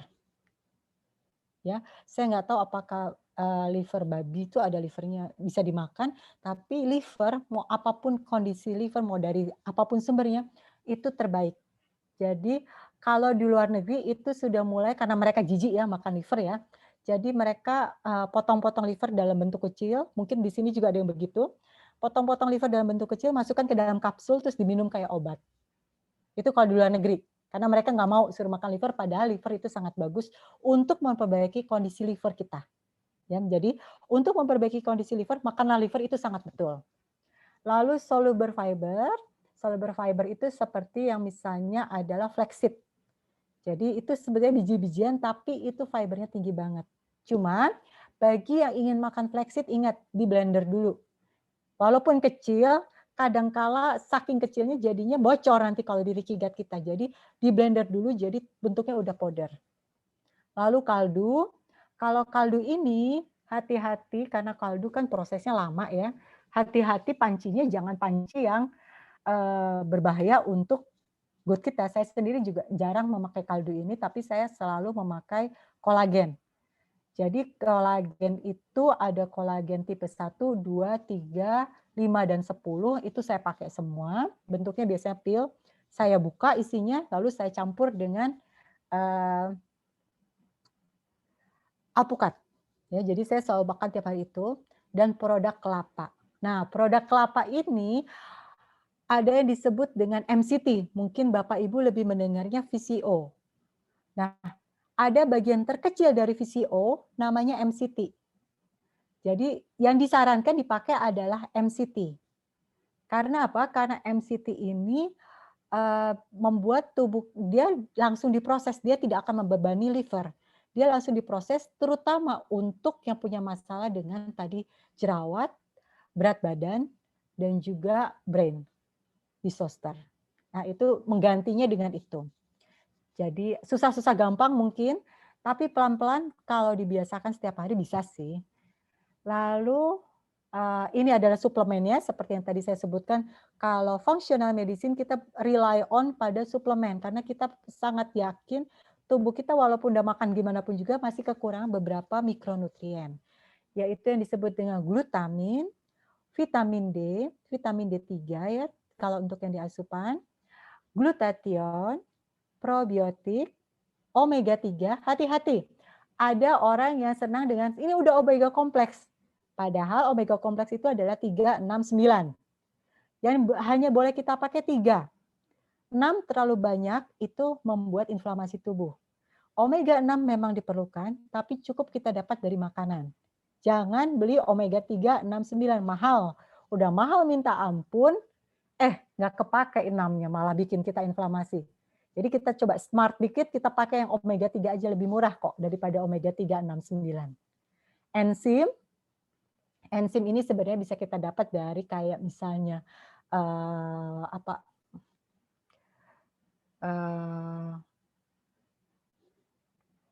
pisang, bisa kita dapat dari pepaya ya. Tapi bagi yang menghindari gula buah, ini ada suplemen yang namanya enzim. Lalu juga kolagen. Kolagen yang baik adalah kolagen yang komplit. Nah, kalau ini kolagen komplit sebaiknya jangan cuma ambil kolagen yang untuk kecantikan, nggak ada gunanya. Sayang. Mendingan kolagen komplit, biasanya disebut kolagen 1, 2, 3, 5, dan 10 dan X ya. V dan X itu ada. Lalu fiber. Fiber itu tadi yang contohnya adalah flaxseed, boleh juga yang ingin quinoa juga boleh. Tapi quinoa ini karbonnya tinggi, jadi hati-hati kalau yang ada spektrum diabetes, jangan menggunakan ini. Lalu yang terakhir ada repopulate. Jadi tadi, sekarang kita bayangkan dulu ya, gut kita kan bolong, terus bocor dong kemana-mana. Nah, pada saat kita sudah replace dan repair, itu gut itu kita menyatu lagi loh, membagus lagi, membaik lagi. Nah, untuk supaya gut kita kuat, untuk menjaga dinding gut kita memerlukan yang disebut dengan tadi saya sebutkan adalah mikrobiome baik. Nah, mikrobiome baik ini harus direpopulate lagi. Nanti di pertemuan berikutnya saya akan membahas mengenai repopulate mikrobiome itu apa. Nah, salah satunya adalah dengan probiotik. Ya. Jadi itu udah selesai. Silakan kalau ada pertanyaan atau mau diulang lagi juga nggak masalah. Mbak Niken, sebentar saya start video dulu. Kita mulai dari tadi pertanyaan yang lewat chat kali ya. Boleh. Yang saya catat salah satunya adalah ada yang bertanya, apakah diabetes itu termasuk autoimun nggak? Tapi mungkin tadi kalau ngelihat dari chat bisa tahu ya dari inflamasi. Mungkin Mbak Niken bisa langsung jawab. Oke. Diabetes termasuk autoimun atau enggak? Yang termasuk autoimun adalah diabetes 1. Oke. Ya. Diabetes 1. Tapi diabetes 2 bisa menjadikan tubuh kita menjadi autoimun. Karena diabetes 2 menyebabkan inflamasi. Begitu dia inflamasi, bisa jadi autoimun. Jadi memang kalau functional medicine ini kompleks ya, panjang banget ya, nggak bisa sedikit-sedikit dilihat. Jadi yang udah kena diabetes 2 pada dasarnya orang mengatakan adalah saya diabetes 2 nih nggak bisa sembuh. Itu bullshit. Ingat, itu bullshit. Diabetes 2 itu bisa kita reverse, walaupun nggak mudah ya, nggak mudah dan prosesnya tidak enak, prosesnya ada sakitnya, saya akui. Tapi itu bisa dikembalikan menjadi kembali normal tanpa obat, tanpa suntik-suntikan, itu bisa. Nah, kalau autoimun tuh biasanya tidak bisa dikembalikan, tapi sebetulnya sekarang ada teori baru kalau autoimun itu bisa sembuh juga. Nah, jadi diabetes 2 sekarang lagi pertentangan, dia itu autoimun atau enggak, tapi saya sering amannya bilang, udah deh anggap aja autoimun supaya kita mencegah semua penyakit inflamasi. Itu salah satu dasar untuk mengobati diabetes. Oke. Lalu saya mulai juga di sini, waduh, tunggu ya. Mbak Niken, saya dari bawah ya, Mbak. Ya, silakan. Mbak Niken, saya setiap jam 3 siang selalu kembung dan saya ada tiroid. Apa solusinya? Jadi Mbak Niken, mohon maaf ini pasti detail sekali pertanyaan-pertanyaannya ya. Kita baca dulu yang lewat chat ya, Mbak. Ya, ini mau langsung saya jawab ya, nggak apa-apa ya? Ya, langsung aja Mbak. Kalau saya terlalu detail, karena memang saya sebetulnya berusaha untuk nggak terlalu detail, karena mungkin ada ibu-ibu yang merasa, sebentar saya ulang dulu, ada yang merasa minder, ini apa sih yang diomongin, kok saya nggak ngerti, itu nggak apa-apa. Kalau di luar ini mau hubungin saya senang hati akan bantu. Ya, karena memang apa yang saya jelaskan kadang-kala saya juga berusaha mencari mencari yang termudah untuk menjelaskan, tapi kadang-kala saya sendiri nggak ketemu ya. Sekarang saya lagi mengarang buku untuk anak-anak dan itu mengenai autoimun juga untuk anak-anak ya. Jadi memang jangan merasa minder kalau apa yang saya jelaskan kurang dipahami ya. Oke, saya bahas dulu mengenai tadi asam lambung jam 3 naik. Pertanyaannya saya, makannya apa? Nah, periksa dulu makannya. Kalau makannya masih full gula, full karbo, ya pasti. Nah, selama ini kalau jam 3 mulai merasa nggak enak, apa yang dimakan? Biasanya nih ya tebakan saya, kalau nggak buah, nada sugar dia masukin, atau mencari oleh-oleh kayak suami saya. Nah, itu udah. Dulu saya sampai ngumpetin tuh suami saya, oleh-olehnya saya umpetin karena saya jengkel, ini gimana sih, mau sembuh nggak sih gitu. Tapi alhamdulillah loh sekarang dia benar-benar sembuh, beliau udah bisa, dan suami saya udah tua ya, udah berumur ya, udah jauh di atas saya 17 tahun, jadi cukup Oke. lumayan susah juga sebetulnya melepaskan kecanduan itu. Nah, Ya. bagi ibu yang merasakan udah ada asam lambung itu leaky gut, yuk kita Oke. perbaikin. Salah satu termudah adalah setiap pagi bangun tidur, gosok gigi. Mhm. Ini harus nih gosok gigi. Kenapa? Karena nanti saya jelaskan berikutnya. Lalu kasih waktu setengah jam. Ya. Habis itu minum lemon. Oh, perasan lemon ya dengan air Perasan hangat lemon. atau gimana, Mbak? Diperas. Lemon langsung diperas terus diminum. Aha. Itu Campur air putih biasakan. dong. Campur air Nggak putih usah. kan? Enggak. Pure lemon. Pure lemon. Oh, oke. Pure lemon Ya. itu, jadi gini, Mhm. itu untuk anak-anak juga bagus loh. Jadi mungkin ada anak-anak yang merasa, aduh kasihan anak saya pagi-pagi dikasih lemon. Jangan salah, itu sangat bagus. Kenapa? Lemon selain sebetulnya tadinya saya pakai lemon itu untuk kulit.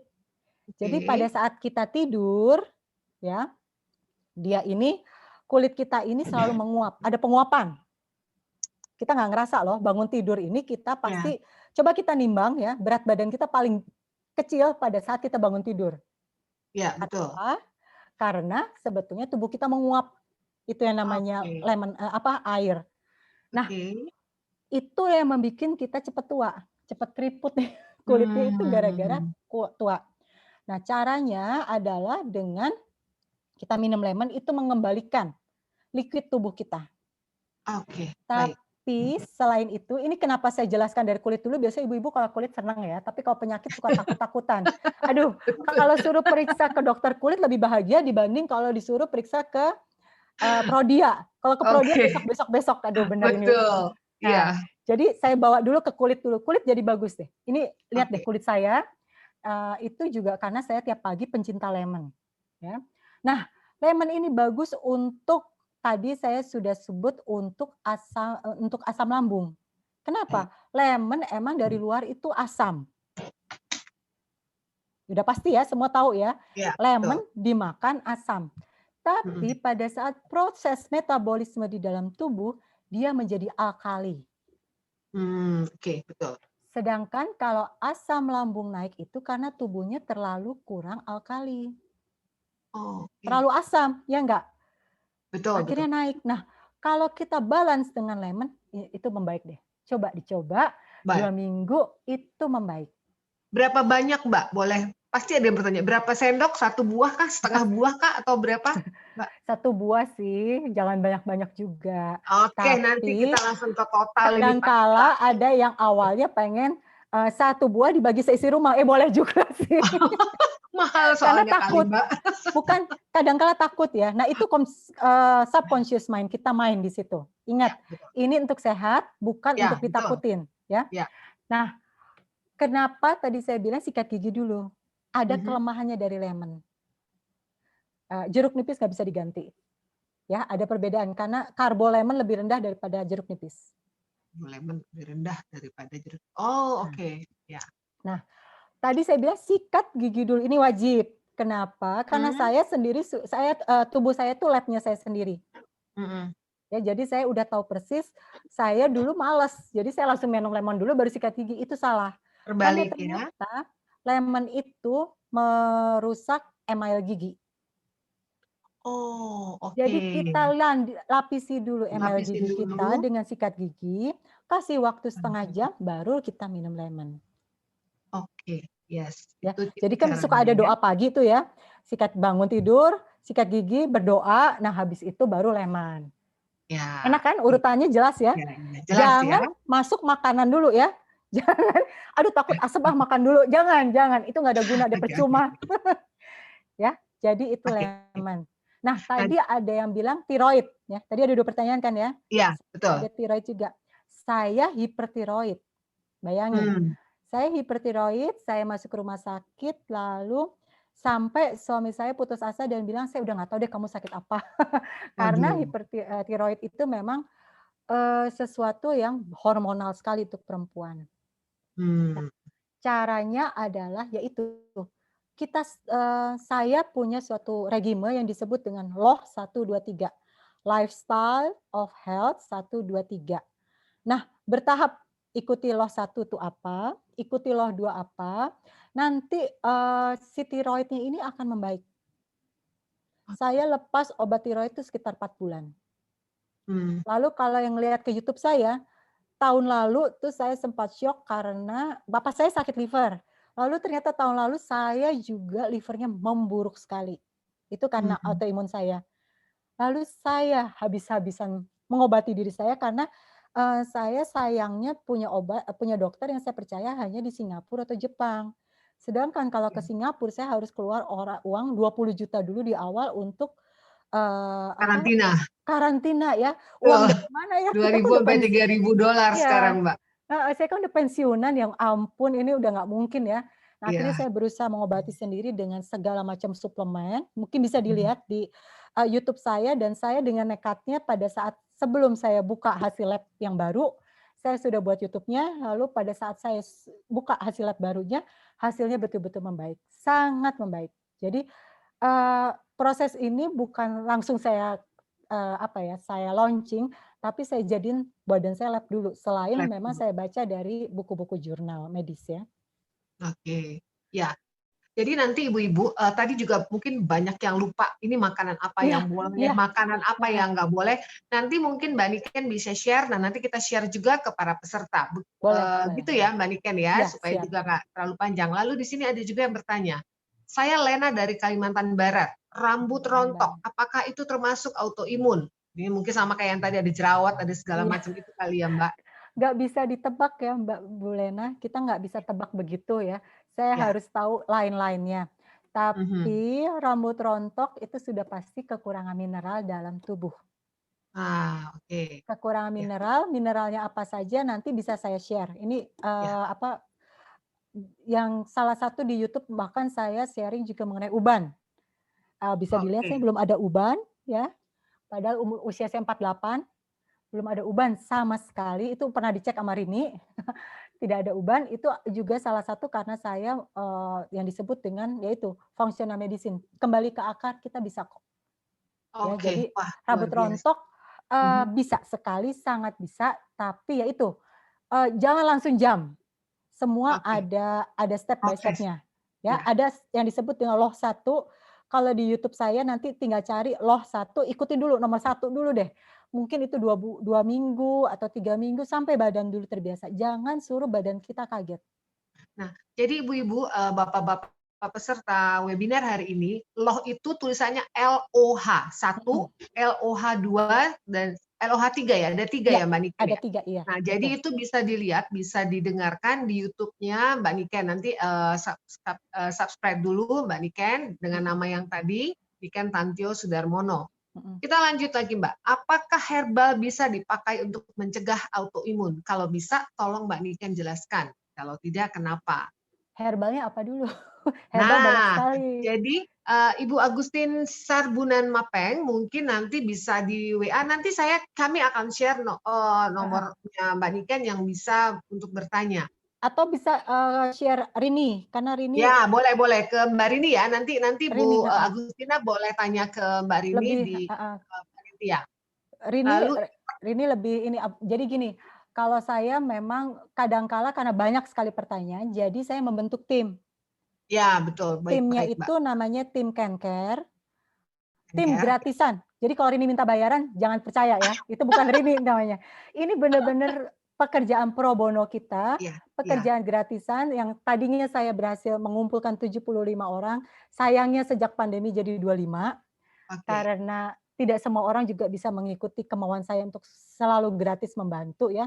Ya, Tapi ini oke. sebetulnya hanya karena, saya bersyukur, saya sudah divonis hidup cuma 3 bulan.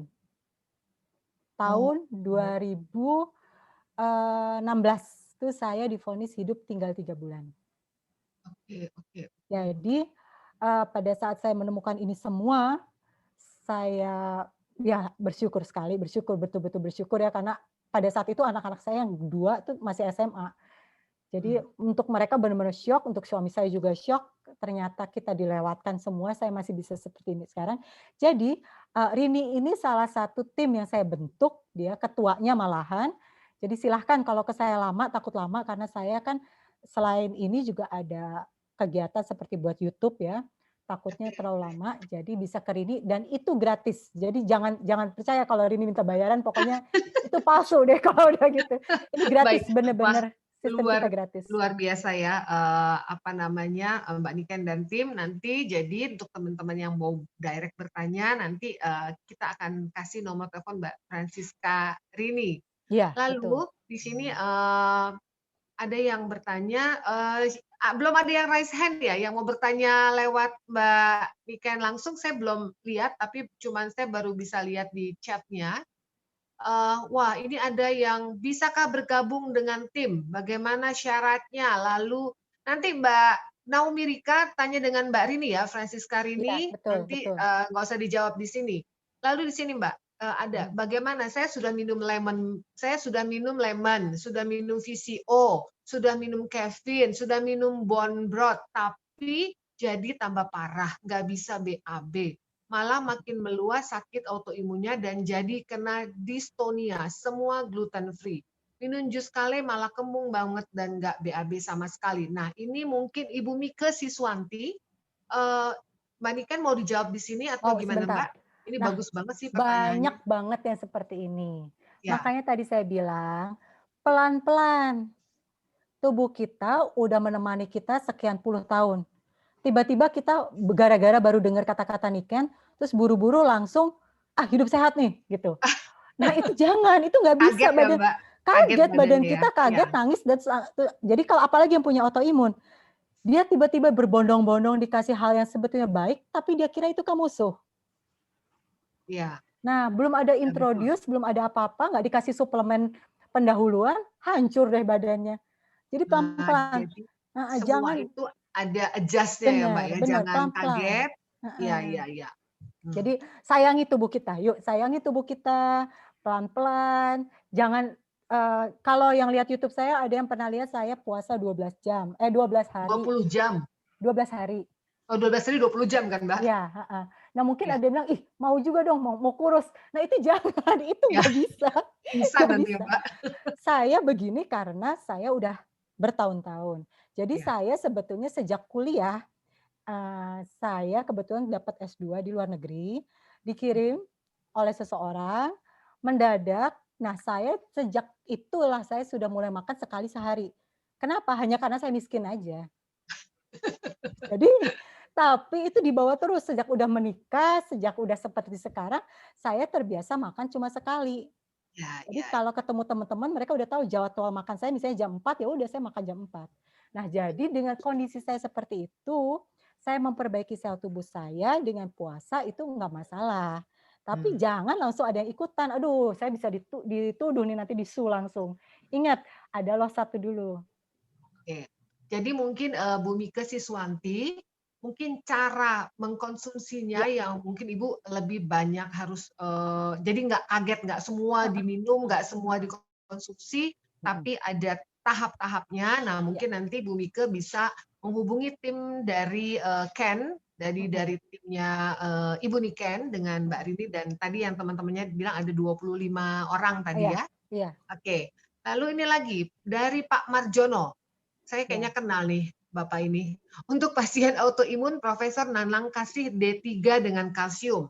Tetapi dokter ortopedi Henry bilang orang umur di atas 50 tidak boleh konsumsi kalsium karena resiko plak di pembuluh.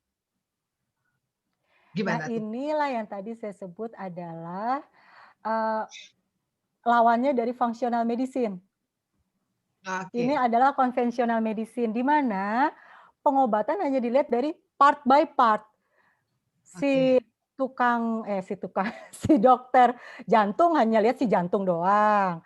Si dokter autoimun hanya lihat autoimun doang. Dia nggak lihat secara keseluruhan. Nah, gimana kalau begini ceritanya? Padahal tubuh kita saling berhubungan. Tubuh kita saling ngobrol.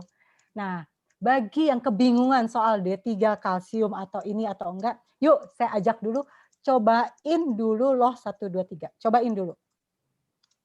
Oke. Akan terasa perbedaannya. Oke, ini ada lagi ini antara nanya serius sama bercanda. Oh Pak Andreas Oi, nanti setelah pertanyaan yang satu ini tolong dibuka, Mbak Hesti akan bertanya, udah raise hand mungkin. Iya, Dari awal tadi Mbak Hesti sudah bertanya karena saya tahu Betul. Mbak Hesti ini salah satu yang pernah kena, saya lupa tiroid apa hipertiroid. Tapi ini pertanyaan yang baik sekali. Kata orang, istri saya itu overweight. Setelah beberapa bulan nurut sama Mbak Niken dan diomelin sama Mbak Rini tutornya. Alhamdulillah weight-nya berubah walaupun belum ideal. Tapi kelihatan body lah. Akibat weight berubah ada gelemberan kulit. Nggak sopan nih Mas ini. Bagaimana cara menghilangkan gelemberan kulit? Apa mesti dipotong biar lebih manis dan kayak ada nenek-nenek? Aduh, takut. Aduh, Pak. Aduh. Tuh jadi ngakak. Oke, ini hiburan pagi. Coba gimana tuh Mbak? Bapak harus dengar juga YouTube yang saya wawancarai suami saya deh. Suami saya juga begitu, dia mengatai saya gokil gara-gara puasa panjang ya. Katanya Jadi gini, ditukar Mbak, ditukar katanya. emang suami-suami kadang-kadang suka gemes melihat kita, ya udahlah kita terima saja, kita memang menggemaskan. Jadi Bapak istrinya kan baru turunnya berapa bulan ini. Turun drastis loh Mbak. Sedangkan ya, tapi kan kulitnya menemaninya udah berapa puluh tahun. Oh, Mas. Nah, untuk dia menjadi sering mengecil itu perlu waktu dong, Pak. Ya, jadi yang paling cepat berkurang memang sel lemak, itu udah bagus banget. Tapi untuk supaya kuat lagi memang dia perlu kolagen. Pak, modalin ya Pak ya, jangan lupa beli kolagen yang 1, 2, 3, 5, 10. Jangan kolagen yang abal-abal. Buat muka ya, jangan itu doang ya Mbak. Modalin, enggak, bukan untuk muka, ini yang diminum. Yang itu diminum, ya. Jadi modalin. Lalu udah gitu, banyak sebetulnya yang bisa mengembalikan kekencangan kulit. Banyak banget. Jadi jangan khawatir untuk yang ini. Seharusnya kalau pelan-pelan kulit muka juga nggak akan berubah. Jadi nanti akan jadi langsing gitu, terus ini naik malah ke atas. Itu akan terjadi. Proses itu akan terjadi pelan-pelan. Ya. Jadi nggak ada dalam sekejap. Kalau dalam sekejap itu iklan-iklan obat yang lain silahkan pakai itu. Tapi kalau saya udah bilang ini tahunan. Tapi nanti you will thanks to me karena another 2 years atau another 3 years, ih gila gue ternyata sama anak jalan dikira jalan obrondong gitu. Oh, keren. Tunggu tanggal mainnya loh, Mas Agung loh. Oke, Pak Andreas Oi boleh dibuka untuk Mbak Sisilia Hesti? Iya. Udah Mbak Hesti? Ya, Mbak Hesti, Mbak Niken. gimana? Iya, Mbak. Iya, saya juga dulu penderita hipertiroid. Oke, setelah hipertiroid, terus saya sampai terapi nuklir. Aduh. Setelah terapi nuklir, hipertiroid saya sudah ini, nah itu kesalahan saya karena udah lelah ya minum obat terus, karena dulu nggak tahu ada Mbak Niken seperti ini. Pasti lelah Mbak, periksa sampai biru nih tangan, periksa darah terus, lelah rasanya. Betul. Udah gitu, setelah itu saya jadi hipotiroid. Betul. Sampai sekarang hipotiroid, jadi dulu saya kurus sekali, sekarang saya gemuk besar gitu ya. Setelah gitu ngomongnya Mbak Hesti. Jadi pengen nih kayak Mas Agung bilang tadi. Nah, oke. Terus itu yang saya juga alergi kulit, jadi dari kecil alergi kulit gitu, dan saya tidak tahu kalau itu autoimun ya. Saya baru tahu autoimun itu tentang alergi dan ya, cirinya lebih. Halo, saya nggak bisa dengar. Saya sudah kuliah. Ya, sinyal-sinyalnya hilang ya. Sehingga saya tuh jujur sempat hopeless Mbak, ya, alergi ini terus karena saya juga. Pasti. Cuman saya itu di kaki. Oke. Saya di kaki.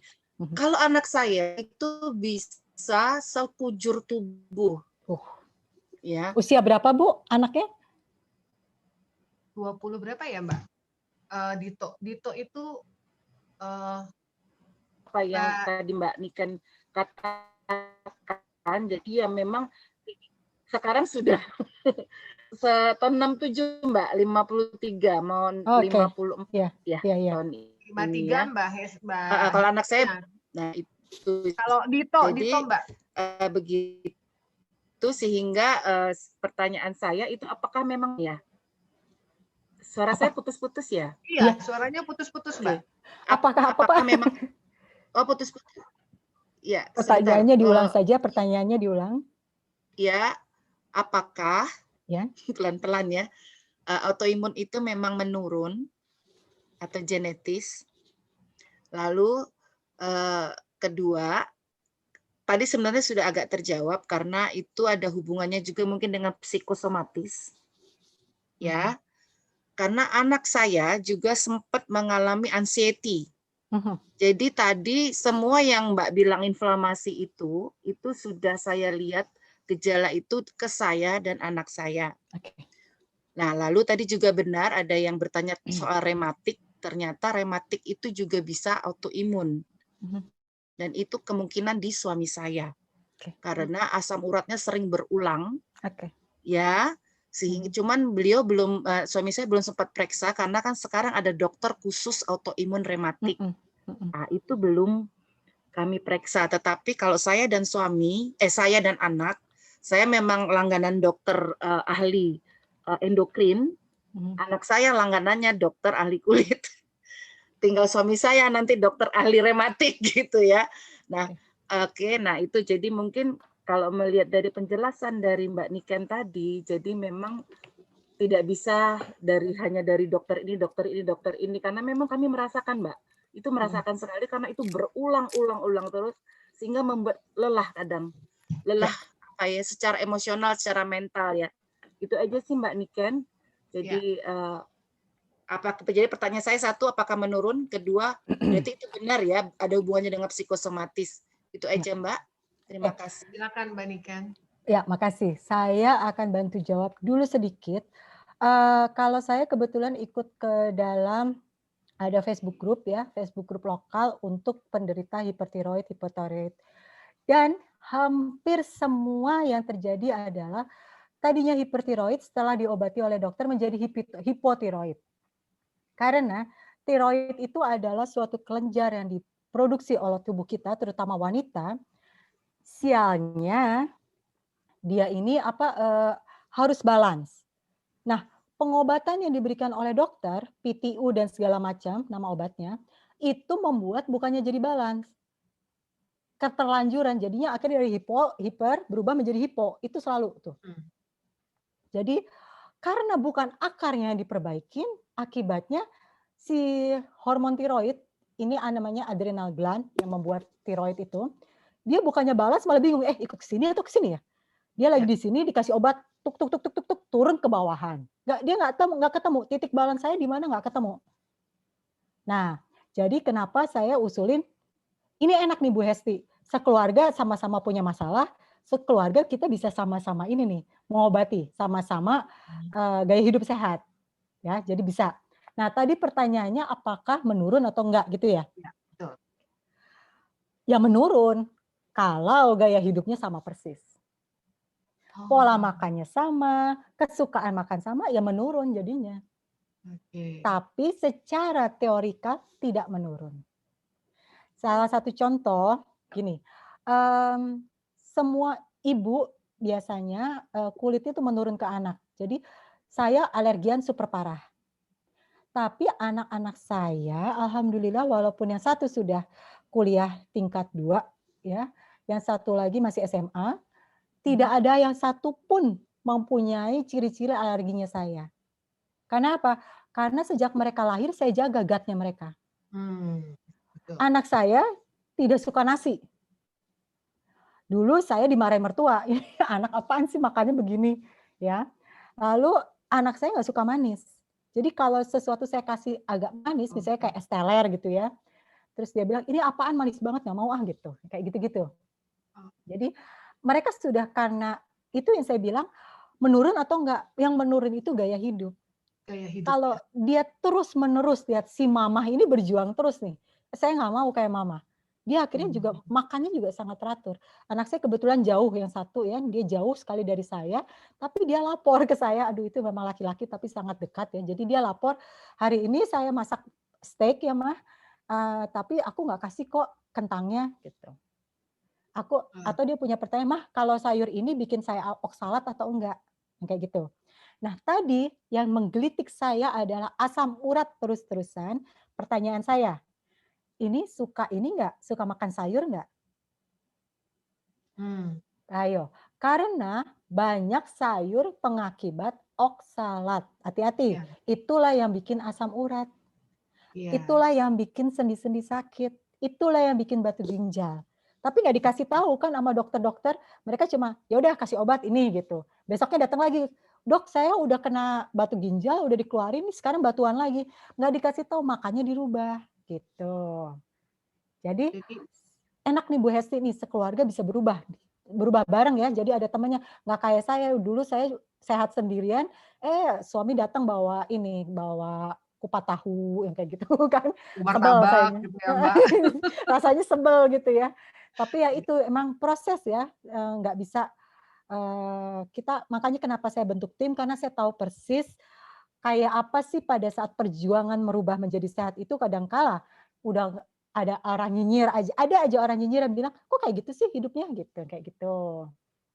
Atau ada aja orang yang bilang, "Kok, kamu salah nih caranya gini gini gini," gitu. Nah, jadi setiap YouTube saya, itu saya selalu sertakan sumber-sumber medisnya, sumber-sumber dari mana saya membacanya. Walaupun itu bahasa Inggris, tapi setidaknya untuk ibu-ibu itu menyenangkan karena bisa, "Nih loh sumbernya, baca aja sendiri nih dari sini," gitu.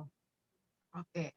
Kayak dulu saya pertama kali begitu saya pulang dari Singapura 2016, saya langsung, kampanye mengenai pentingnya vitamin D3 dosis tinggi.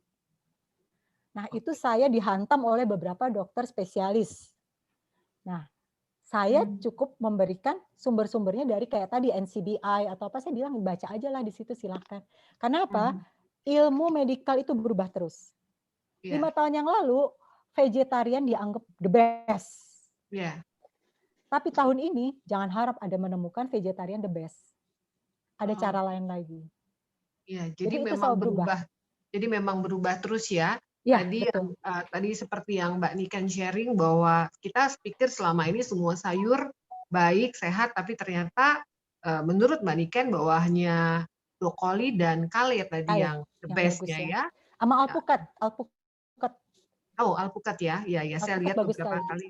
Nah, alpukat nanti jadi nih dari yang ini ya, brokoli, kale, alpukat, lemon. Nah, nanti pulang nih kayaknya kami pada ketemu di Total Buah nih, Mbak. Oh, udah langsung pencet online. Iya, kalau nggak Iya. online aja deh gitu. Ya, Oke, betul. Mbak Esti semoga puas dengan jawaban dari Mbak Niken. Kalau belum puas nanti hubungin tim Mbak Rini. Oke, the next. Yang raise hand berikutnya adalah Elvi. Bu Elvi, boleh Pak Andreas? Hai, Bu Elvi ya. Nah, silakan Bu Elvi, apa kabar? hai, baik. Mbak Niken, saya suaranya lagi rada hilang Baik, karena bisa. tiroid saya bengkak. Oke, Oh, oke. sorry. Memang kira-kira 2-3 minggu yang lalu saya kena tipes. Itu dalam proses menuju kesembuhan, tiba-tiba kuping saya sebelah kiri sakit banget sampai ya? ke kepala, pusing banget. Saya sampai bingung, kok tipes kayak begini gitu. Karena boleh dibilang saya jadi trauma hampir tiap tahun kena DB dan selalu ada tipes. Jadi saya kalau udah masuk bulan-bulan tertentu saya udah khawatir aja. Aduh, ini banyak nyamuk gitu. Terus udah gitu saya bingung kenapa nih kuping sakit. Saya tuh orangnya jarang mau minum obat kalau nggak terpaksa. Terus udah gitu kan saya memang ada rutin minum obat tiroid. Saya kena tiroid 2018. Tapi karena dokter bilang kalau dioperasi suara saya bisa hilang. Kebetulan waktu itu suara memang udah mulai rada hilang. Saya nggak berani operasi. Saya akhirnya ambil penyembuhan lebat herbal dengan dokter Paulus, minum jamu. Puji Tuhan dalam beberapa waktu minum jamu, suara ada lagi bertahan dengan diet ketat. Karena memang dari beliau itu, karena saya pernah kena BRCA tahun 2006. Jadi dia tuh melarang makan macam-macam. Sampai pusing saya. 10 kilo saya turun. Dalam waktu beberapa minggu lah, lupa saya. Tapi saya sehat. Terus udah gitu saya jaga terus nih tiroid. pada akhirnya kan mulai bosan. Aduh, bosan ya. Aku nggak boleh makan ini. Daging itu sama sekali nggak boleh. Ya, daging itu sama sekali nggak boleh. Saya ngikutin karena saya ada sehat. Gula saya berhenti. Memang dari dulu juga saya udah tahu gula tuh nggak bagus. Terus udah gitu, pokoknya yang enak-enak semua nggak boleh.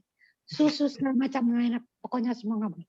Terakhir ini 2019 saya mulai bandel makan. Kamu terasa, wah suara mulai hilang. Cepet-cepet saya beli obatnya, saya minum. Bagus lagi. 2020 corona, COVID. Saya mulai was-was karena mulai nggak enak. Saya minum lagi. Terus terakhir ini saya kena tipes. Kira-kira 2 minggu yang lalu. Saya berhenti obat tiroidnya. Emang habis. Dapat juga dari dokter obat tirosol. Saya berhenti karena saya pikir aduh tifus luka di usus. Jadi saya berhenti. Saya hanya minum antibiotik sama obat demam. Tapi karena kuping sakit sama kepala pusing, saya jadi bingung. Minum apa ini? Sakitnya minta ampun. Kayak ditusuk-tusuk. Saya nggak berpikir kalau itu tiroid. Sampai akhirnya saya cuma minum Panadol merah. Hilang sebentar, sakit lagi.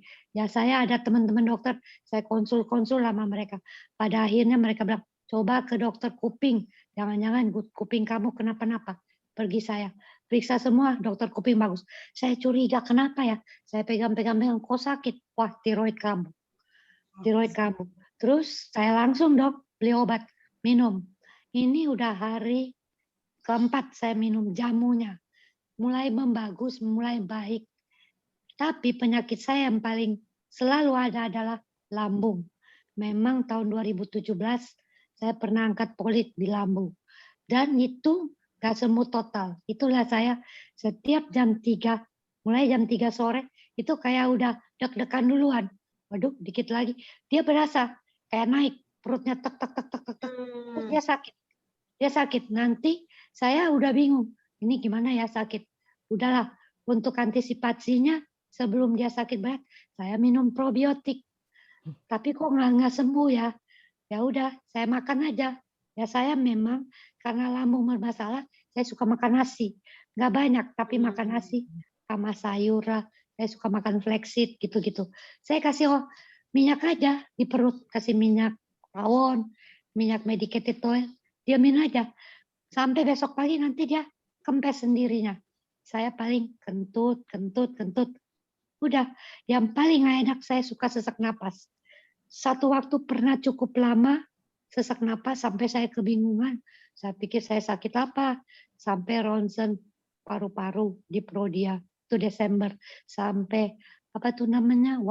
Swab. Semua bagus. Akhirnya mau gak mau saya balik ke dokter lambung. Dia kasih obat 2 minggu sembuh. Tapi sesudah itu mulai lagi sekarang. Makanya saya bilang, aduh capek deh saya minum obat. Bagaimana? Tadi kan Mbak Niken bilang, minum lemon. Dulu saya peminum lemon. Tetapi karena dibilang lambung tidak boleh dengan lemon, saya bingung. Saya bingung gimana. Oke, jadi Bu Elvi Hmm. boleh lebih dipersingkat Bu Elvi, jadi supaya Mbak Niken bisa membantu secara singkat dulu. Nanti kalau Bu Elvi belum puas, boleh kita lanjutkan lagi di Mbak Rini. Nanti kita kasih nomor telepon timnya dari Mbak Niken. Thank you. Silakan Mbak Niken. Ya, jadi Bu Elvi, sebetulnya masalah Ibu itu sebenarnya terlihat sekali dari cerita Ibu. Ibu pelariannya ke obat. Yes. Bukan menyembuhkan akarnya. Ya. Nah, jadi obat sembuh hilang semua. Akarnya masih ada di situ. Jadi kayak kita cabut alang-alang. Ibu cabut alang-alang cuma atasnya doang, akarnya masih ada di bawah. Jadi 2 minggu lagi muncul lagi tuh si alang-alang.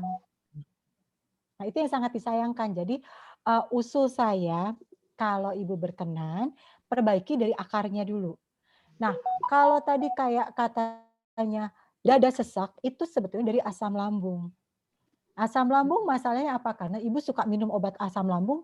Nanti saya mungkin akan ada waktu diberi lagi kesempatan, saya akan menceritakan bahayanya obat asam lambung. Ya, jadi sebetulnya kita coba perlahan-lahan hidup sehat. Jadi kalau Ibu masih inginnya makan nasi, ya nggak apa-apa. Pelan-pelan itu akan dirubah, dicari penggantinya pelan-pelan, tapi perlahan-lahan juga mulai menggeser gaya hidupnya. Oke. Jadi kita lihat secara keseluruhan. Kalau tadi saya lihat ini sebetulnya udah sangat jelas ya. Sakit di telinga itu udah salah satu tanda dari Candida overgrowth. Tuh ya, Bu Elvi mungkin nanti pasti akan lebih puas kalau konsultasinya lebih detail lagi. Karena kita juga ini waktunya tinggal 10 menit. Sementara itu ya Bu Elvi ya, jadi kalau menurut Mbak Niken kita harus cari akarnya, root-nya dulu, pola hidup dulu dari Bu Elvi yang diubah. Mungkin kalau saya secara sepintas aja tadi yang sebelum jam 3 Bu Elvi udah itu aja udah stres, itu bisa menaikkan asam lambung gitu ya Mbak Niken ya. Belum apa-apa udah stres itu tambah lagi bikin asam lambungnya jadi lebih cepat naik. Nah, ini ada Ibu Susana Kwan, boleh Pak Andreas? Bu Susana coba bisa bicara? Iya, halo. Ya, halo Mbak. Halo Mbak Niken. Halo. Ya, bagus sekali tadi informasinya. Saya ada pertanyaan.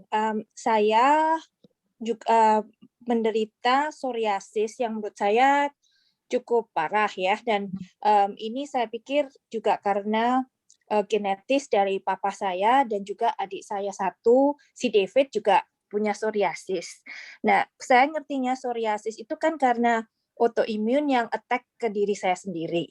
Nah, saya yang bingung, saat ini kan saya sedang konsumsi suplemen dari Jepang ya yang ada paten-patennya, yang salah satunya itu ada paten untuk membantu meningkatkan imun sistem kita. Nah, pertanyaan saya, kalau saya konsumsi itu apakah mempengaruhi karena meningkatkan imun sistem kita supaya maksudnya nggak gampang sakit dan sebagainya, itu apakah mempengaruhi dengan imun sistem saya yang sudah kelebihan? Oke, silakan Mbak Niken. Pertanyaannya saya balikin lagi. Itu isinya apa? Karena gini, banyak orang yang mengatakan, ini sehat ya. Ternyata begitu kita periksa ada misalnya zat-zat yang ternyata dia adalah pemicu imunitas. Pemicu inflamasi ya. Jadi jangan pernah kita salahkan imunitas. Ya. Imunitas kita itu dia sebetulnya pintar. Dia akan dia akan baik atau enggak baik, selalu begitu. Jadi jangan mentang-mentang saya kan autoimun. Saya nggak mau tinggiin imunitas saya, itu salah, bukan begitu ceritanya. Tapi yang harus diperiksa adalah ingredientnya apa. Kalau dia ada pemicu autoimun satu saja, ya sudah. Bahaya. Jadi ada kita suka ketemu suplemen itu fillernya itu diisi dengan oil dari sunflower oil, ya. Jadi dari ini nggak ada, nggak ada. Saya harus tahu semua. Nah, salah satunya ya misalnya ada sunflower oil itu banyak banget ditemukan. Nah itu untuk orang yang gampang inflamasi itu memicu inflamasi. Oke, malah nggak baik ya Mbak. Pilih suplemen itu saya baca satu demi satu ingredientnya, bahkan sampai kapsulnya terbuat dari apa, hanya untuk supaya tidak menjadi makin parah. Oke. Jadi menurut orang baik, suplemen ini belum tentu untuk kita baik seperti itu ya Mbak Niken ya. Jadi tetap harus baca, apalagi kalau sudah curiga bahwa atau tahu bahwa kita ada penyakit autoimun, lebih berhati-hati dalam mengkonsumsi suplemen yang dianjurkan. Sebetulnya untuk semua ya, karena inflamasi juga pencetus kanker. Jadi hati-hati. Jadi tadi ada yang tanya juga soal, ada yang bilang saya menjauhi daging karena membuat kanker. Padahal mungkin tadi ibu yang tadi bisa baca ini nih, cancer code. Ini saya sampai tanda-tandain. Ini bagus banget. Ini terbaru mengenai kanker. Ya, jadi bisa tahu apa sih sebenarnya gitu yang terjadi dengan kanker. Nah, sekarang ini kita memang udah susah ya membedakan antara iklan beneran atau iklan hoax ya. Jadi kayak misalnya tadi salah satunya, tapi ini sehat nih untuk imunitas bagus banget nih gitu. Mau itu dari Jepang mau itu dari mana saran saya baca ingredientnya. Bahkan kalau ada mulai udah misalnya dilarangnya dibaca, dilarang untuk orang yang cancer, ya udah mendingan nggak aja, ngapain kita, masa kita harus nunggu cancer dulu supaya nggak minum. Ingat, kalau tidak baik, kalau orang-orang tanya ke saya, jadi saya kan mencegah toksin dalam tubuh yang paling bahaya itu adalah dari skincare. Kita pakai sabun, bayangin sabun selalu, siapa yang nggak mandi tiap hari kan, pasti mandi tiap hari. Kecuali saya jarang mandi sih emang. Sabun, sikat gigi dan segala macam, belum lagi pakai pelembab dan segala macam, itu yang baik yang gimana? Banyak pertanyaan seperti itu. Nah biasanya saya balikinnya nanya, kalau kamu punya teman autoimun, dia pakai itu baik-baik saja, berarti untuk kamu baik-baik saja. Udah itu aja. Oke, ya. Nah, jadi konsepnya di situ aja yang mudah deh. Jadi jangan apa ya, kita jangan menantang badan kita, mentang-mentang saya nggak ada autoimun, nggak usah deh, nggak apa-apa. Karena autoimun itu baru muncul 10 tahun yang kita nggak, kadang-kala kita lagi nggak berharap gitu. Nah, tadi psoriasis, apakah menular atau enggak, apakah turunan atau enggak, selama gaya hidupnya masih sama, itu akan kena. Itu akan kena. Ya. Jadi kalau di sesi berikutnya saya akan menjelaskan mengenai mikrobiome. Nah, mikrobiome inilah faktor penentu keturunan atau enggak. Baik. Jadi Bapak dan Ibu, kita akan melanjutkan sesi ini nanti next minggu depan sesuai dengan judul webinar adalah mencegah autoimun sejak dini. Jadi ini sebenarnya masih di awang-awang. Kalau yang masih memang sangat penasaran dan supaya ini juga berguna untuk anak cucu kita, atau seperti yang tadi Mbak Niken bilang, ini bisa 10 tahun lagi baru muncul ya. Jadi jangan anggap enteng dengan pola hidup kita. Sebelum kita tutup acara kita hari ini, ada PR buat Mbak Niken, ada 4 pemenang dengan pertanyaan. Ini lalu sebelum diumumkan kita foto bersama dulu ya. Semoga yang hadir masih lengkap, rasanya nggak ada yang live sih. Yuk kita foto dulu dipandu sama Pak Andreas. Bisa Pak Andreas? Keluarin suaranya Pak Andreas, jadi aku bisa tahu ibu-ibu yang mau muncul, videonya dikeluarkan supaya bisa difoto, bisa jadi dokumentasi kita semua. Silakan Pak Andreas. Ya silakan. Oke. Berapa kali take Pak? 2 ya. Oke, saya pandu ya. 1, 2, 3, cheese. Sudah? Sekali lagi. Oke, sekali lagi. 1, 2, 3, cheese. Sudah. Ampun, thank you. Matur suwun Pak Andreas. Nah, Mbak Niken, tolong bisa diumumkan siapa menjadi pemenang pertanyaan 4 hari ini, Mbak? Oke, tadi sebentar. Foto Mama mana?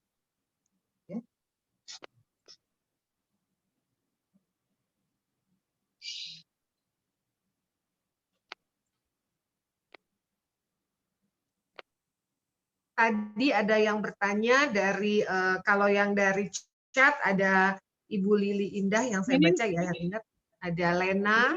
Gimana kok nggak ada? Ada Ibu Elvi, ada masuk, Mama. Bu Susana Kwan, ada Mbak Hesti, ada Bernadette Oni. Oke, tadi yang saya paling ingat adalah yang istrinya gelambir-gelambir ya. Mas Agung. Silakan, itu salah satu pemenang. Oke, pemenang nomor 1 kita sampaikan ke Mas Agung. Ini terkenal karena istrinya gelambir. Aduh. Ya, lalu yang kedua Mbak Niken. Yang kedua tadi, ini sebenarnya banyak yang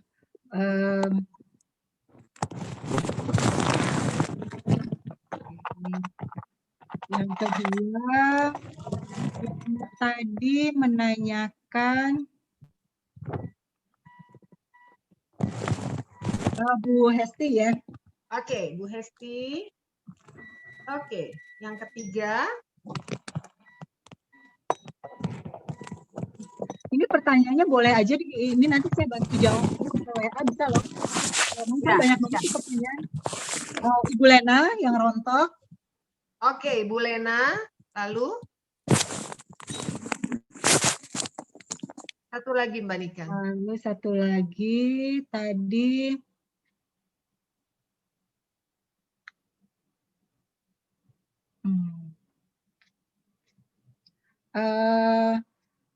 Yang tadi pertanyaan langsung chatting siapa siapa tadi? Bu Elvi.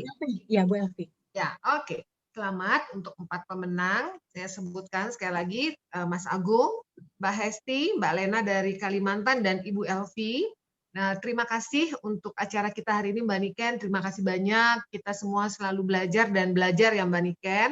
Ya. Dan semoga dengan ilmu yang kita baru dapatkan 2 jam ini, tapi sudah membuka mata kita bahwa pola hidup itu sangat menentukan bagaimana kita dan anak-anak kita dan keluarga kita. Sampai ketemu minggu depan dengan jam yang sama, jam 10. Nanti kita bisa infokan lagi lewat WAG grup WKRI dan juga untuk teman-teman yang tidak lewat PKRI. Demikian kami sampaikan. Terima kasih sekali lagi Mbak Niken dan tim dari Ken. Lalu juga tim belakang layar, tadi ada Pak Andreas Oy, Wastu, Double Rini, Mbak Ade, Mbak Dewi, Mbak Ratna. Terima kasih banyak untuk semuanya. Semoga kita ketemu lagi minggu depan dalam keadaan sehat dan sudah mulai merubah pola hidup pola makan kita, tapi jangan ngagetin. Supaya tubuh kita juga nggak kaget dan malah jadi salah. Bukan begitu Mbak Niken? Betul sekali. Oke, terima kasih banyak. Salam sejahtera semuanya. Sampai jumpa minggu depan. Ya. Terima kasih Mbak Niken. Terima kasih untuk semuanya. Chatnya nanti dibantu ya. Yang nggak puas boleh langsung hubungin Bu Rini. Kalau saya nggak sesuai dengan nama dan alamat sekolah SMA 1. Oke. Terima kasih Bu Niken, terima kasih Bu Ade semuanya. Bu Ade, sampai dulu ya Bu Ade. Minggu depan kawan-kawan. Terima kasih. Kalau yang nggak puas atau pertanyaan boleh ke Bu Rini ya. Terima kasih Bu Ade. Salam ketemu Bu Cinta ya. Terima kasih Bu Niken. Dan sampaikan. Ya, terima kasih. Ya. Oh, ini ada yang bertanya kok nggak ditutup sama doa. Mbak Dewi masih ada nggak? Masih punya sih. Udah Mbak Yuli langsung doa deh. Ini Mbak Rata Atu tuh udah cetar tuh, ayo doa Mbak. Iya dong, sekaligus. Ayo kita tutup dengan doa yuk. Karena Bapa dan Putra dan Roh Kudus, amin. Allah Bapa yang Maha Kuasa, terima kasih untuk berkat-Mu, acara hari ini berjalan dengan lancar. Semoga apa yang kami dapatkan dapat membuka mata hati kami dan pikiran kami supaya selalu hidup dalam keadaan sehat dan juga menjadi berkat bagi orang-orang lain. Terima kasih untuk Ibu Niken dan semua tim yang sudah membantu berjalannya acara ini dengan baik. Terima kasih Tuhan. Selamat siang. Dalam nama Kristus kami berdoa dan mengucap syukur. Amin. Sama Bapa dan Putra. Terima kasih untuk semua. Ibu Erni. Terima kasih.